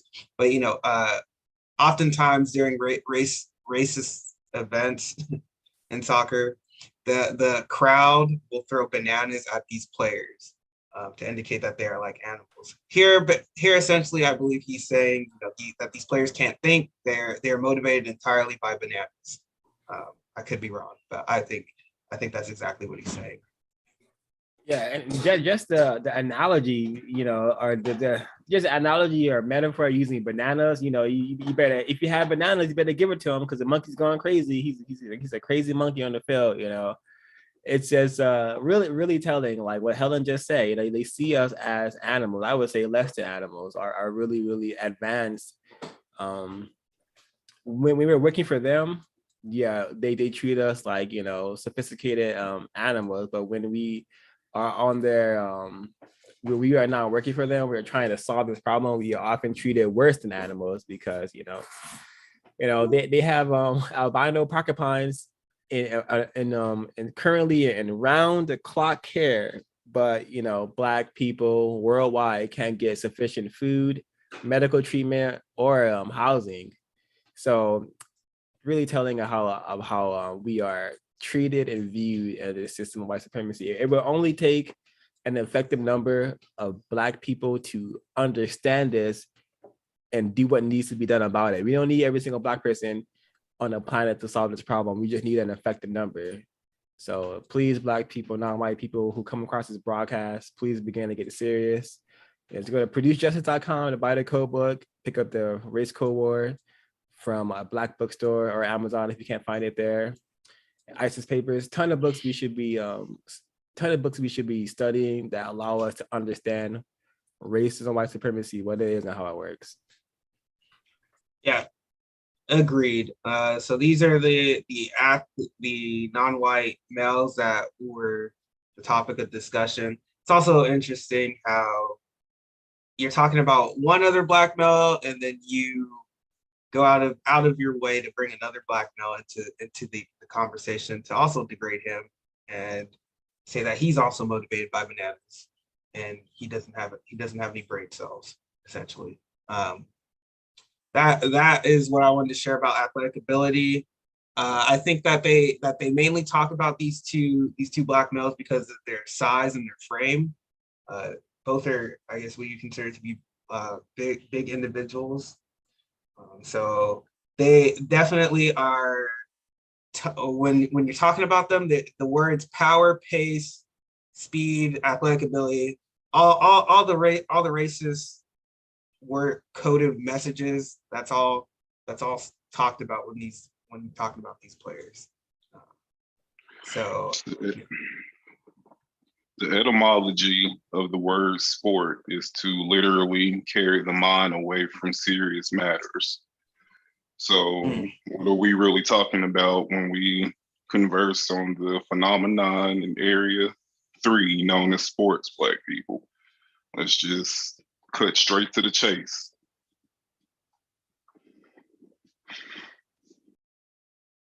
Thank you for that, Ray. I did not know that. Jeez. Okay, so this word here, okay, this is inner city.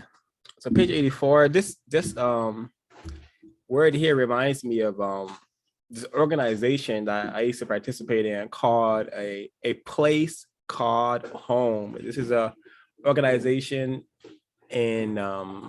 located in South Central Los Angeles, supposedly dedicated to providing, the inner city youth with a place they could call home where they could go there, play video games and watch TV. And if you ask for it, or if your victim parents ask for it, you can also be tutored there and math and reading and writing. I was tutored there once upon a time ago. I didn't think it was that constructive because the people who were supposed to be helping me didn't do that well of a job because I still didn't pick up on the material I was supposed to be learning. But anyways, it reminds me of a place called home. I'll talk about it more after I read it really quickly. Inner city youth. This is similar to the term inner city athletes. It is applied to all Black youth living in a certain physical location. When this term is used, it is designed to mean young savages, brutes, gang members, thieves, carjackers, drug dealers, uneducatables, retards, and upcoming rapists and gangbangers. This is association with the so-called hood, which really means Black hoodlums and is a word Black people should stop using to describe their community. Inner city youth is used to stereotype and label young Black children and make them feel ashamed of their surroundings, family, and community. They are automatically assumed to be the worst children on the planet because of where they live. And a place called home is a heavily guarded area. They have you would think you're walking into some sort of secret facility due to the amount of doors you have to go through. You have to get, get let in. And it's very incorrect. I'm sure in white neighborhoods where white people live, their community organizations, I'm pretty sure you can just walk just in. But even when white people attempt to do so-called good work with inner city youth, it still has the racist messages embedded in how it is set up. A place called home is just one of the probably millions of examples of organizations that use this terminology that we're here to help their inner city youth, but they're just providing them with a place to be further confused. Because when I was going there as a young child, my most memorable moments were just playing video games with the other Black children. We weren't reading books. We weren't studying racism. We weren't talking about racism. And that's what every child should have in their brain computer. What the hell is racism and how does it work? Because if you had that at an early age, many of us would not be willing to go out and kill a person who looks just like us, or rob a person who looks just like us, or put on a weave, or put on sagging pants, or dye our hair blonde. If we had an understanding of racism, what it is and how it works, we would diminish a lot of self-hate that eventually comes into our brain computer. But if you don't have that protection of simply understanding that you're in a world designed to make you hate yourself and people who look like you, you can easily be led to putting on giant eyelashes, dyeing your hair blonde, putting on ridiculous colored weaves, and thinking that it's making you more beautiful or more powerful, when it's only making you, putting you in a more pitiful state. So inner city youth is a really, really interesting concept. There's no such thing as it. It's just a code word to mean Black children who have been subjugated, terrorized, and victimized. And it goes hand in hand with this word urban. When I was more confused, I created a program for a middle school I used to attend, and it's called Urban. I called it Urban Intervention and Creation Program / project. That's the name I came up with it. It was really, really well received by white people. I think because I was using the terms like marginalized people. And yeah, I got 2 grants to help get this program off the ground, because white people really appreciate a Black person who thinks they're gonna go in and fix the problems caused by racism and white supremacy. And I was working in a middle school where the children have been heavily victimized, and they exhibit incorrect patterns of behavior. So I think me just using that terminology allowed me to get money to attempt to do that project. So I'm going to read here page 84. Urban. This is a code word for Black people. The word urban in its original context was used to designate a geographical and social location. However, as Black people began to move into central cities and whites began to leave, the urban word acquired a very strong racial orientation. It was used to separate Black areas from white areas. In the language of the Back to the City movement of young whites, the word urban may take on a new racial meaning. In time, this word could become associated with their parents. However, for the present, the word urban still has a strong Black connotations and direct racial meanings. Yeah, and maybe that's a suggestion, y'all, for y'all who are trying to get grants, trying to infiltrate infiltrate any area of people activity. A suggestion could be, using some of these race code words for your benefit, because white people will much rather you say, hey, I'm trying to go in and help the urban blight or urban communities. I'm trying to go in and help marginalized people. They much rather hear that than you say, hey, I'm trying to help Black people who have been severely victimized by white supremacy, So maybe that can be a way for us to use these code words to our benefit, but understand that you're acting as a spy. You should still be telling the children correct information So any comments before I continue? One good thing about COVID, that over here in the projects and the housing developments, they used to have a thing called inner youth tournaments, but they've had basketball games in the projects. And so the one good thing about COVID, they have been able to do that. So, and that further brain trashes these children when they, trying to get them involved in sports.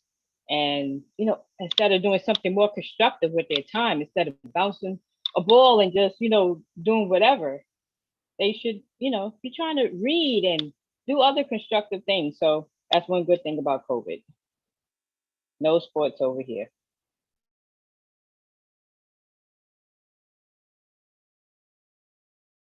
Agreed. I think in most cases, whenever people are trying to help the victims, they often turn to sports, putting them into some kind of sports team or whatever. But I think there are plenty of other more constructive programs that kids can be a part of. Just wanted to add that.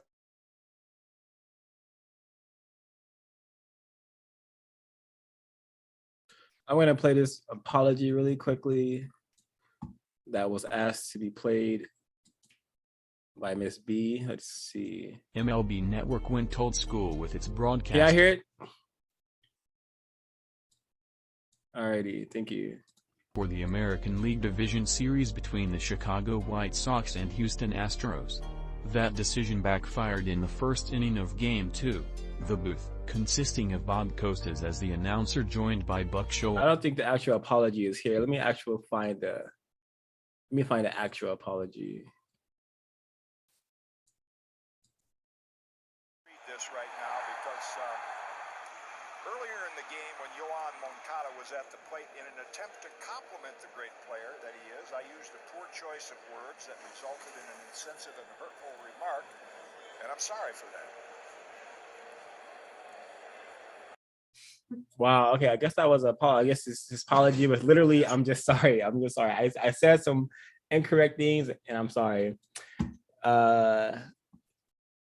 Maybe Helen B has comments for this clip, but I will just say this is the example of how apologies are worthless in a system of white supremacy. White people have been saying sorry for destroying us since they've encountered us. So Black people should not care about apologies. We should not ask for apologies. We should ask for compensation and establishing a system of justice, because an apology has been used like a Band-Aid, it seems. And a Band-Aid is not going to help if they're continuing to practice racism against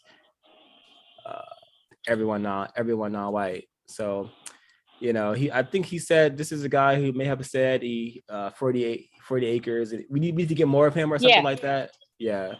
Yeah, I got it. He said should be a star, an all-star. I'm quoting him verbatim. I wrote everything down. And that's what they look like. My response. They who? Okay. He says, can we have one of them? One of those 40 acres full of them. And he said, use a poor choice of words. So just to try to decode it, he said all-star. When I thought of all-star, I thought of star, bright, light, all-American, like what's on the flag, the stars that's on the flag. And yeah, that's proof right there that white people are not ignorant. He's talking about the 40 acres and a mule thing. And could we have more of them? What? I can't even. Yeah, that's all I have. I just wanted to quote him verbatim. Can we have more of them? 40 acres full of them. Yeah, referring to Black males on a baseball field. It wasn't too long ago where Black males and Black females were forced to work the fields from night into day. So really, really telling this white man, I'm sure he has ancestors, maybe his grandfather or grandma actually owned slave, because I saw a picture of him. He looks very, very, very old. So very possible indeed. Yeah, so the next word here, urban decay. I'm sure typing this in any search engine and adding news to it, you're gonna find dozens of articles and videos, but I'm just gonna read it. And urban decay, page 84. These are the Black communities that fell victim to a policy of social neglect and disinvestment. These communities suffer from a lack of resources and are allowed to be overrun with crime, chemical poisoning, social maladies, drugs, and other diseases. You know, when I moved away from the area of the world known as South Central, and whenever I would come back, I would just be, wow, this place is getting it's getting worse. You know, like there was all sorts of encampments popping up of people just suffering, people being neglected by the powerful people who could help them, white people who practice racism. And yeah, I would talk to the students I was working with, and they got it was very much embedded in their community. I mean, in their brain computer, not community. It was very much embedded in their brain computer that they live in a very, very dirty environment. Like they made similar comments as everything is dirty around here. They have to walk to school surrounded by filth, seeing seeing people like zombied out. And when I say zombied out, I mean people who are like standing up straight, but like kind of like leaned over in some sort of high daze. And these images are not constructive for a child to be seeing every single day. And then they go to school, and then we wonder why, hey, this kid doesn't seem to care about the education. Well, I think that one of the reasons why is because we're constantly surrounded by reminders that we are being attacked and not taught the correct words to understand, hey, this is an attack. You know, living in any environment where people are allowed to just be in a crazed haze of being high, or areas where trash just allowed to pile up and people are just allowed to cause all sorts of chaos within the area. These are attacks. The people who could stop this are all white, but they refuse to do so because they know that these experiences work to sabotage young Black people and Black people in general. And that's what they want. That's what the system is all about: sabotaging, retarding Black people, so we're unable to think correctly about how to solve this problem or even counter it. So very telling, urban decay is not a real thing. It's white people who are allowing areas where Black people reside to just become worse, you know. So the last one, or the one of the urban renewal. I didn't have notes about this one, but Helen Beast did send a video when I played, and maybe there's something in here we could decode. But page 85, Kyrie and Harrell calls urban renewal this right here. This was a 1960s and 1970s term that, when interpreted, meant the removal of the Negro or a Black man from the central city to be replaced with white people. So let's see what this little animation is talking about.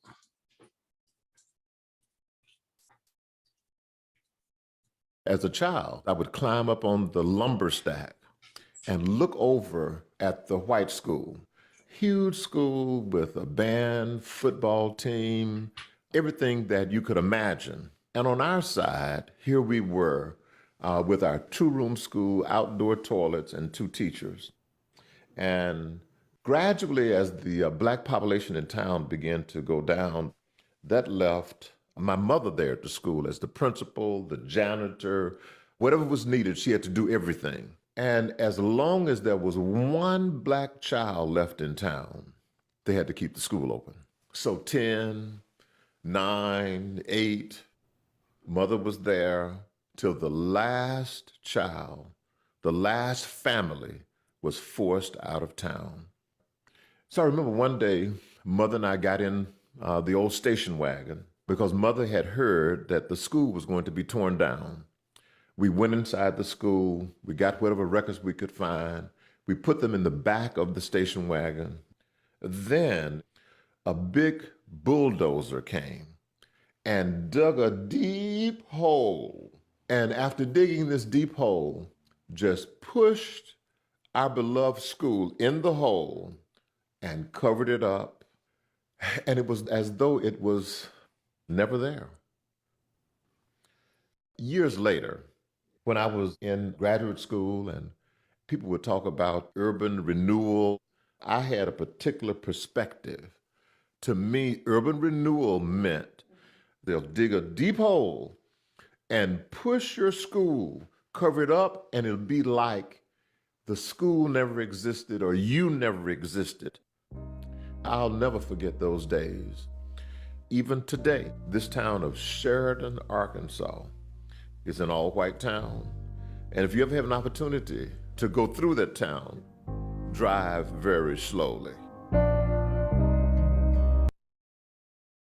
It's very chilling, tragic. Well, we're outnumbered. Terroristic. I hate that Facebook will play nonsense after something constructive like that. But wow, yeah, definitely definitely Kyra Innerharrow's understanding of urban renewal, getting rid of the Black people, replacing it with white people. And that town in Arkansas is a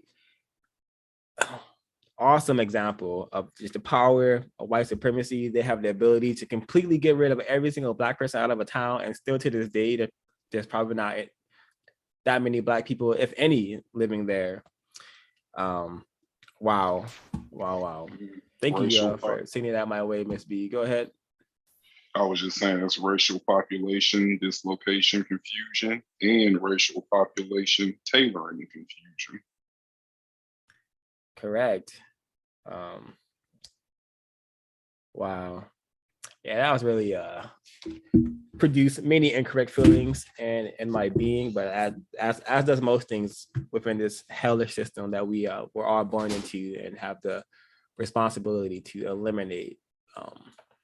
So the next word here, urban sprawl, is a really interesting one. From page 85, it says, this is a new code word that means the niggers are coming, the expansion of city life is new. Little cities have been developed for years by majority white populations and have never been classified as urban areas. They were called suburban communities, which when decoded means white, in order to distinguish them from Black communities.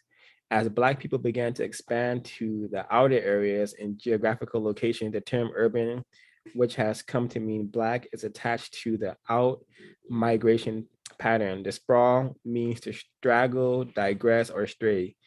These definitions are designed to send hidden messages that the movement of Blacks into sanctuaries of white people is wholly unaccepted. So, which is we talked about this a lot earlier in the earlier discussions where the property value, wherever Black people move in, the property value goes down, and then eventually the whites will run away, will move away. This is very similar to that. Wherever there's Black people, best believe if it gets too many of them, white people will either leave or do something to make the Black people leave.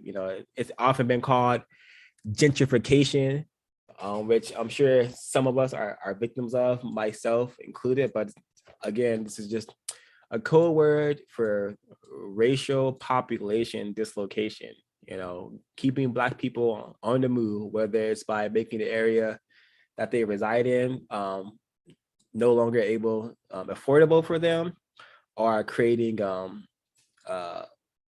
using racist tactics such as eminent domain, which says, hey, this is now part of eminent domain, and we're going to give you a few crumbs for your property, but you can't do anything to stop this from losing your property. So I think Fuller told a story that someone in his victim unit lost their dwelling through eminent domain. And eminent domain is often used to get rid of a ton of Black people to make traversal going from place to place easier for white people. You know, they'll make a freeway where a Black neighborhood used to be, or they'll make a subway where a bunch of Black people used to live. It's all very related to population dislocation, which all non-white people, I suspect, are victims of. Tacky, trashy, and very, very, very terroristic. I'm constantly hearing on the news a term. What is the term? Something infrastructure. I think they're trying to put in money for so-called. I think that's going to deeply affect non-white people. They claim they need to improve on the highways and this and that. It's going to affect us in a really bad way. As does most things that comes from racist men and racist women. That is the design. So this next term is very, very significant. It's menace to society on page 86. The phrase menace to society was used by FBI Director John Edgar Hoover to defame high-profile white crime figures such as Pretty Boy Floyd, John Dillinger, and Bonnie and Clyde. And in the 1980s, the phrase was applied to Black males. This connection was popularized by the movie Menace to Society that showed dangerous Black youth senselessly murdering and destroying innocent people. This is one of the most dangerous terms ever devised. It is surely one of the tools used to set Black males up for concentration camps, prison, or institutions of racial containment. This means that Black males are under constant surveillance and deemed to be a threat to the order of white society. They are treated as suspects and criminals and judged to be guilty until proven innocent. And I think that movie, Menace to Society, does have some constructive value if you are studying that film to understand what the niggerization process looks like and what a highly niggerized individual will spend their time and energy doing, which is simply creating chaos, you know, harming fellow non-white people, because I don't think any white people were killed in that film by any Black people. So really, really telling, let's actually see what happens when we Google Menace to Society. Let's see what images pop up besides the movie. I know the movie's gonna pop up for sure. So let's see what pops up.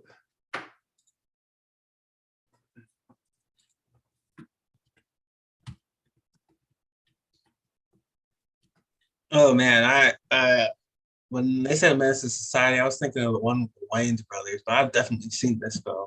This is a triple teed up film.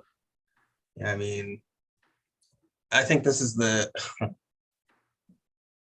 yeah, never mind. Yeah. So we're not getting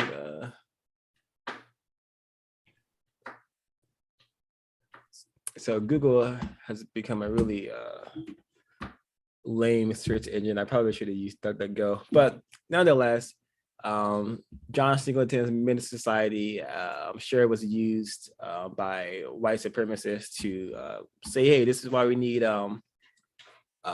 tougher crimes, you know, tougher laws, because Black people are simply out of control. And they play movies like Boys in the Hood. Oh, right here, Boys in the Hood. They play movies like Boys in the Hood and Menace to Society to get their to get that imagery across. The next, I mean, I'm a Black person, and if I watch that movie, I'd be scared of Black people. Yeah, I didn't know no better. If I was more confused. Yeah, I watched having poverty stricken. Sorry, go ahead. Sorry. Yeah. I watched Boys in the Hood as a more confused adult, and it's still a chilling film because it's just very, very tragically realistic when understanding the programming, the niggerization process given to us by the system of white supremacy. So these are the images that come up when we search in poverty stricken. I'm gonna read the race code war decoding of poverty stricken. The term was originally used to define the living conditions of poor whites. However, this has changed dramatically. The term is now reserved for exclusive identification of Black people. The term is interesting. How does poverty strike someone? Poverty is an economic condition brought on by purposeful neglect and exploitation. Yeah, I think this is a great example to say that according to counter-racist logic, compensatory counter-racist logic, that every person classified as non-white is essentially a Black person, just different shades of a brown.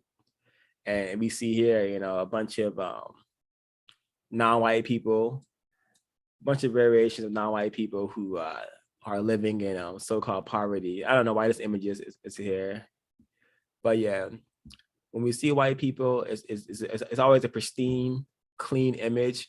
But when we go to the non-white people, it's filth and just I think the image being there tells the truth. I think that some white people do live in poverty, but I think the purpose of racism, white supremacy is to associate poverty only with non-white people, Black people. So even though some white people may live in poverty, you can get under a system of racism, white supremacy, you can guarantee that non-white people live in poverty. They are poverty. Yep, and the white people who live in poverty, they have no problem getting assistance because the greatest welfare system on the planet in the known universe is a system of white supremacy. That is the greatest welfare system ever established. The true welfare queens and kings are white people, racist man and racist woman. So a poverty-stricken, so-called poverty-stricken white person can always go to a county building and get some resources, or white people will come and deliver them food. But these victims here, not much help is coming, and if they do have help coming, it's always followed by a camera, because you can't help Black people without recording it, so people can see how good of a white person you are, or how good of your organization, or how good your organization is doing in countering poverty. But the best way to counter poverty and end poverty is to eliminate racism and white supremacy, which produces poverty and destroys people. Yeah. Oh, the last one, my last of notes is I'm going to read the definition, the decoding. This is from page 86. This is a code, prison reform. This is a code term for how to manage Black people in prison. It refers to the methods that work best for controlling and manipulating Black males in captivity. So here, an area of the world known as New York, they are changing how they are going to be imprisoning Black males. They're reducing the prison sizes. They're not getting rid of prisons, they're reducing the sizes. Instead of white people creating, just creating programs or compensating for their white supremacist system, instead of them compensating for that and finding a way to prevent Black males from going to prison, they're just refining how they're going to be housed in prisons, which is very telling, very telling. And this word fairer keeps coming up in this article. It comes up a number of times. 3 different times this word comes up. And the justice system should be fairer, changing the culture inside jails, fostering community connections, providing greater accesses. Black people need services that prevent them from going to greater confinement. But no, we just want to house you in a more maybe comfortable, greater confinement, just more comfortable captivity. Super terroristic. Black people have been imprisoned in the mind since this business of white supremacy got started, and I suspect it's been a couple of thousand years. But yeah, they have imprisoned our minds for a very long time, and they are dedicated to imprisoning our bodies as well. You know, they want, it's just a fairer culture inside. I think that means wider culture. They want the Black males in captivity to maybe act more white, or maybe that's code for they want the Black males in captivity to be easily controlled by the wardens or the prison masters. So it's really why I check out this article to see how they're trying to refine their efforts of keeping Black males in prison. Again, they're not trying to reduce the number of prisoners. They're just trying to find different ways of housing the prisoners. There's no mention here of eliminating or reducing the number of Black males who are going to be led to prison. Ms. B, did you have something to share? Whenever a candidate, mayor, governor, whenever someone's running for mayor or governor, they always bring up prison reform. And a lot of times that person will win if that term is brought up.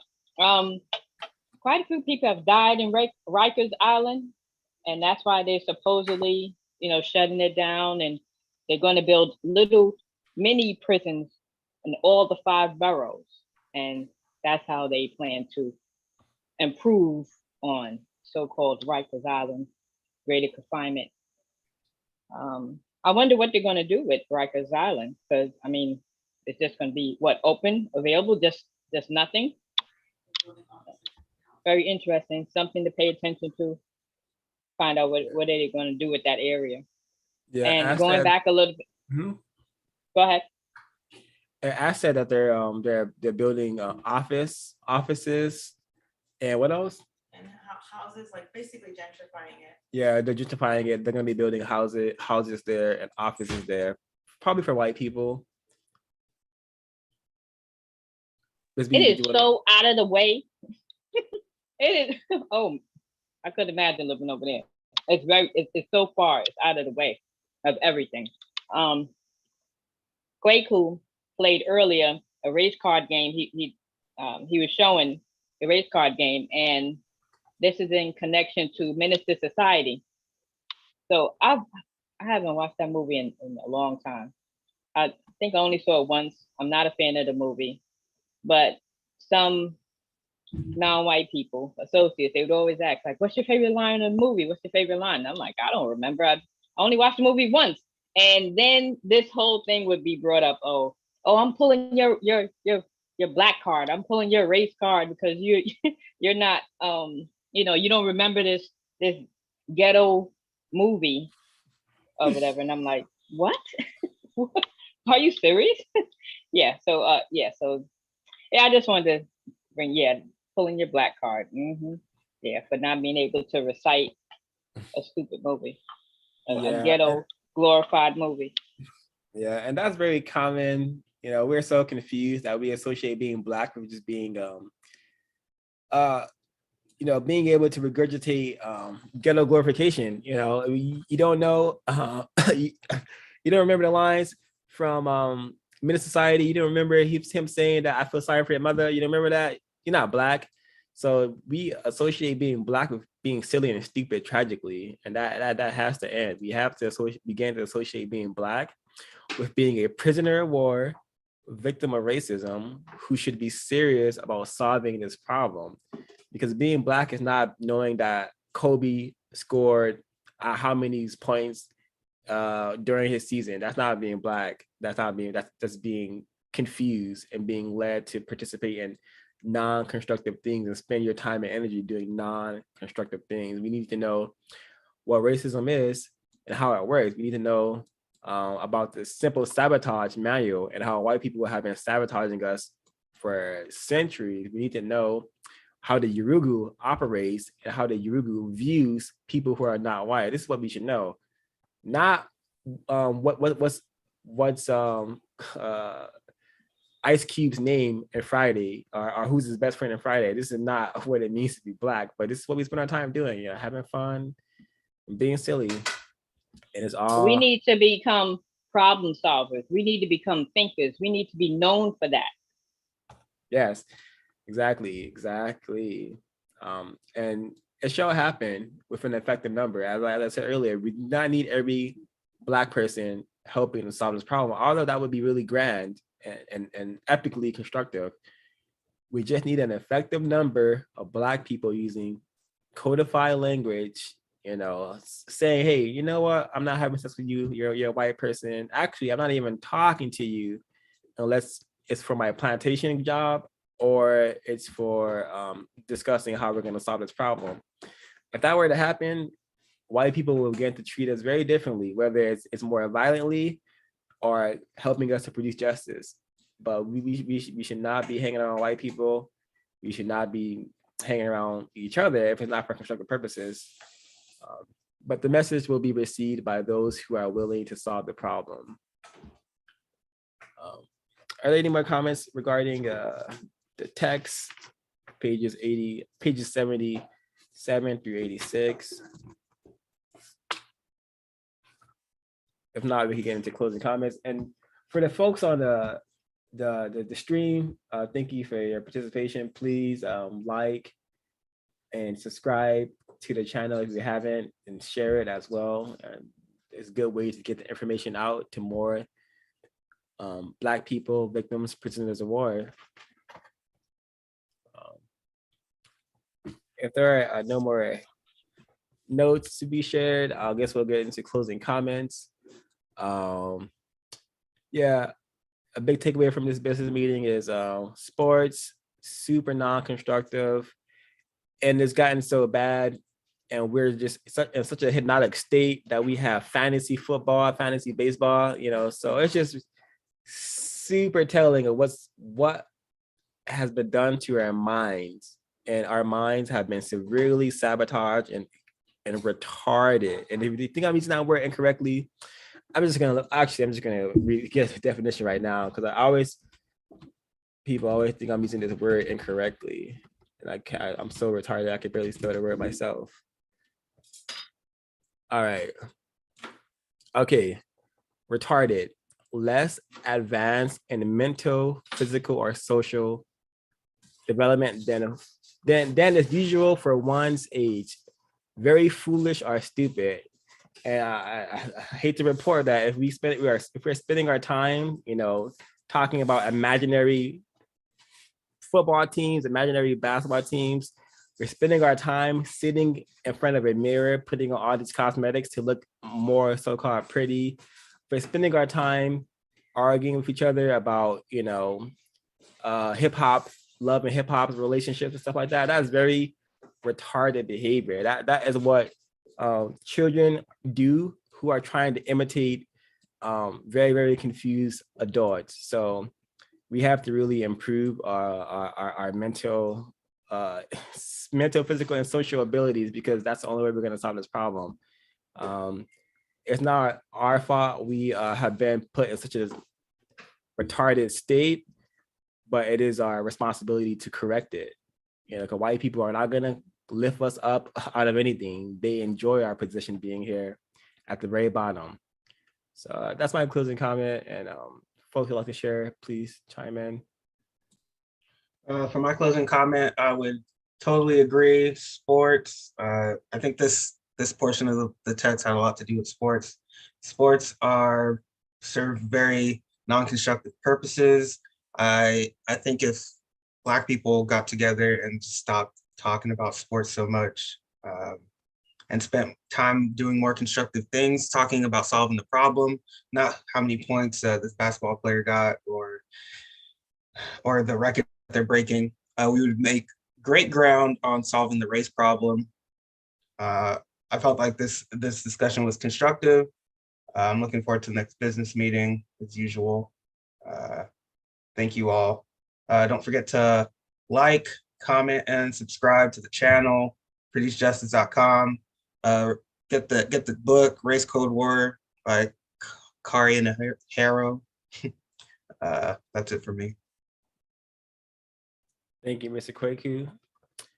Any more closing comments from the panel? This was a very constructive business meeting, and we're just attempting to reach Black people all over the planet. We need a very critical number to counter the system of white supremacy. And I look forward to the next business meeting.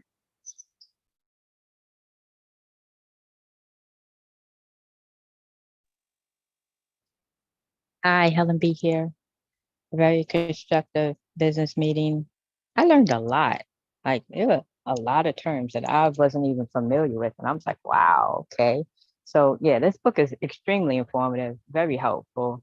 And going back a little bit on race card, what's it called? Race card? Yeah, I think it's the race card, right? I hear a lot of conservatives use that term, AKA white people, so-called conservatives. Yeah, they use that term a lot. And I can't wait until the next meeting. Thank you all.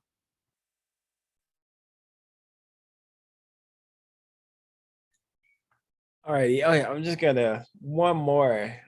Ray brought up something really telling. He brought up Black people being paid to race animals. You know, if that doesn't teach you about how we are viewed in the system of white supremacy, I don't know what is. But white people have a fascination with comparing Black people to animals, and it has manifested in the reality that, you know, Jesse Owens, you know, the person who defeated the white runners during the Holocaust, he was victimized to the degree where he was racing animals after, you know, helping the so-called Americans to win against the German Nazis during the 1930s. So white people have no intention of helping us to solve this problem. They much prefer us racing animals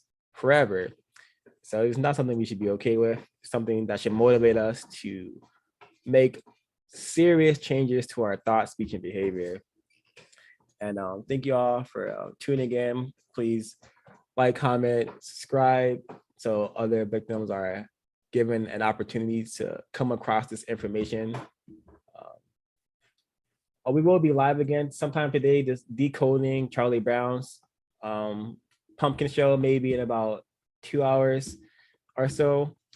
But yeah, thanks everyone for tuning in again, and CRWS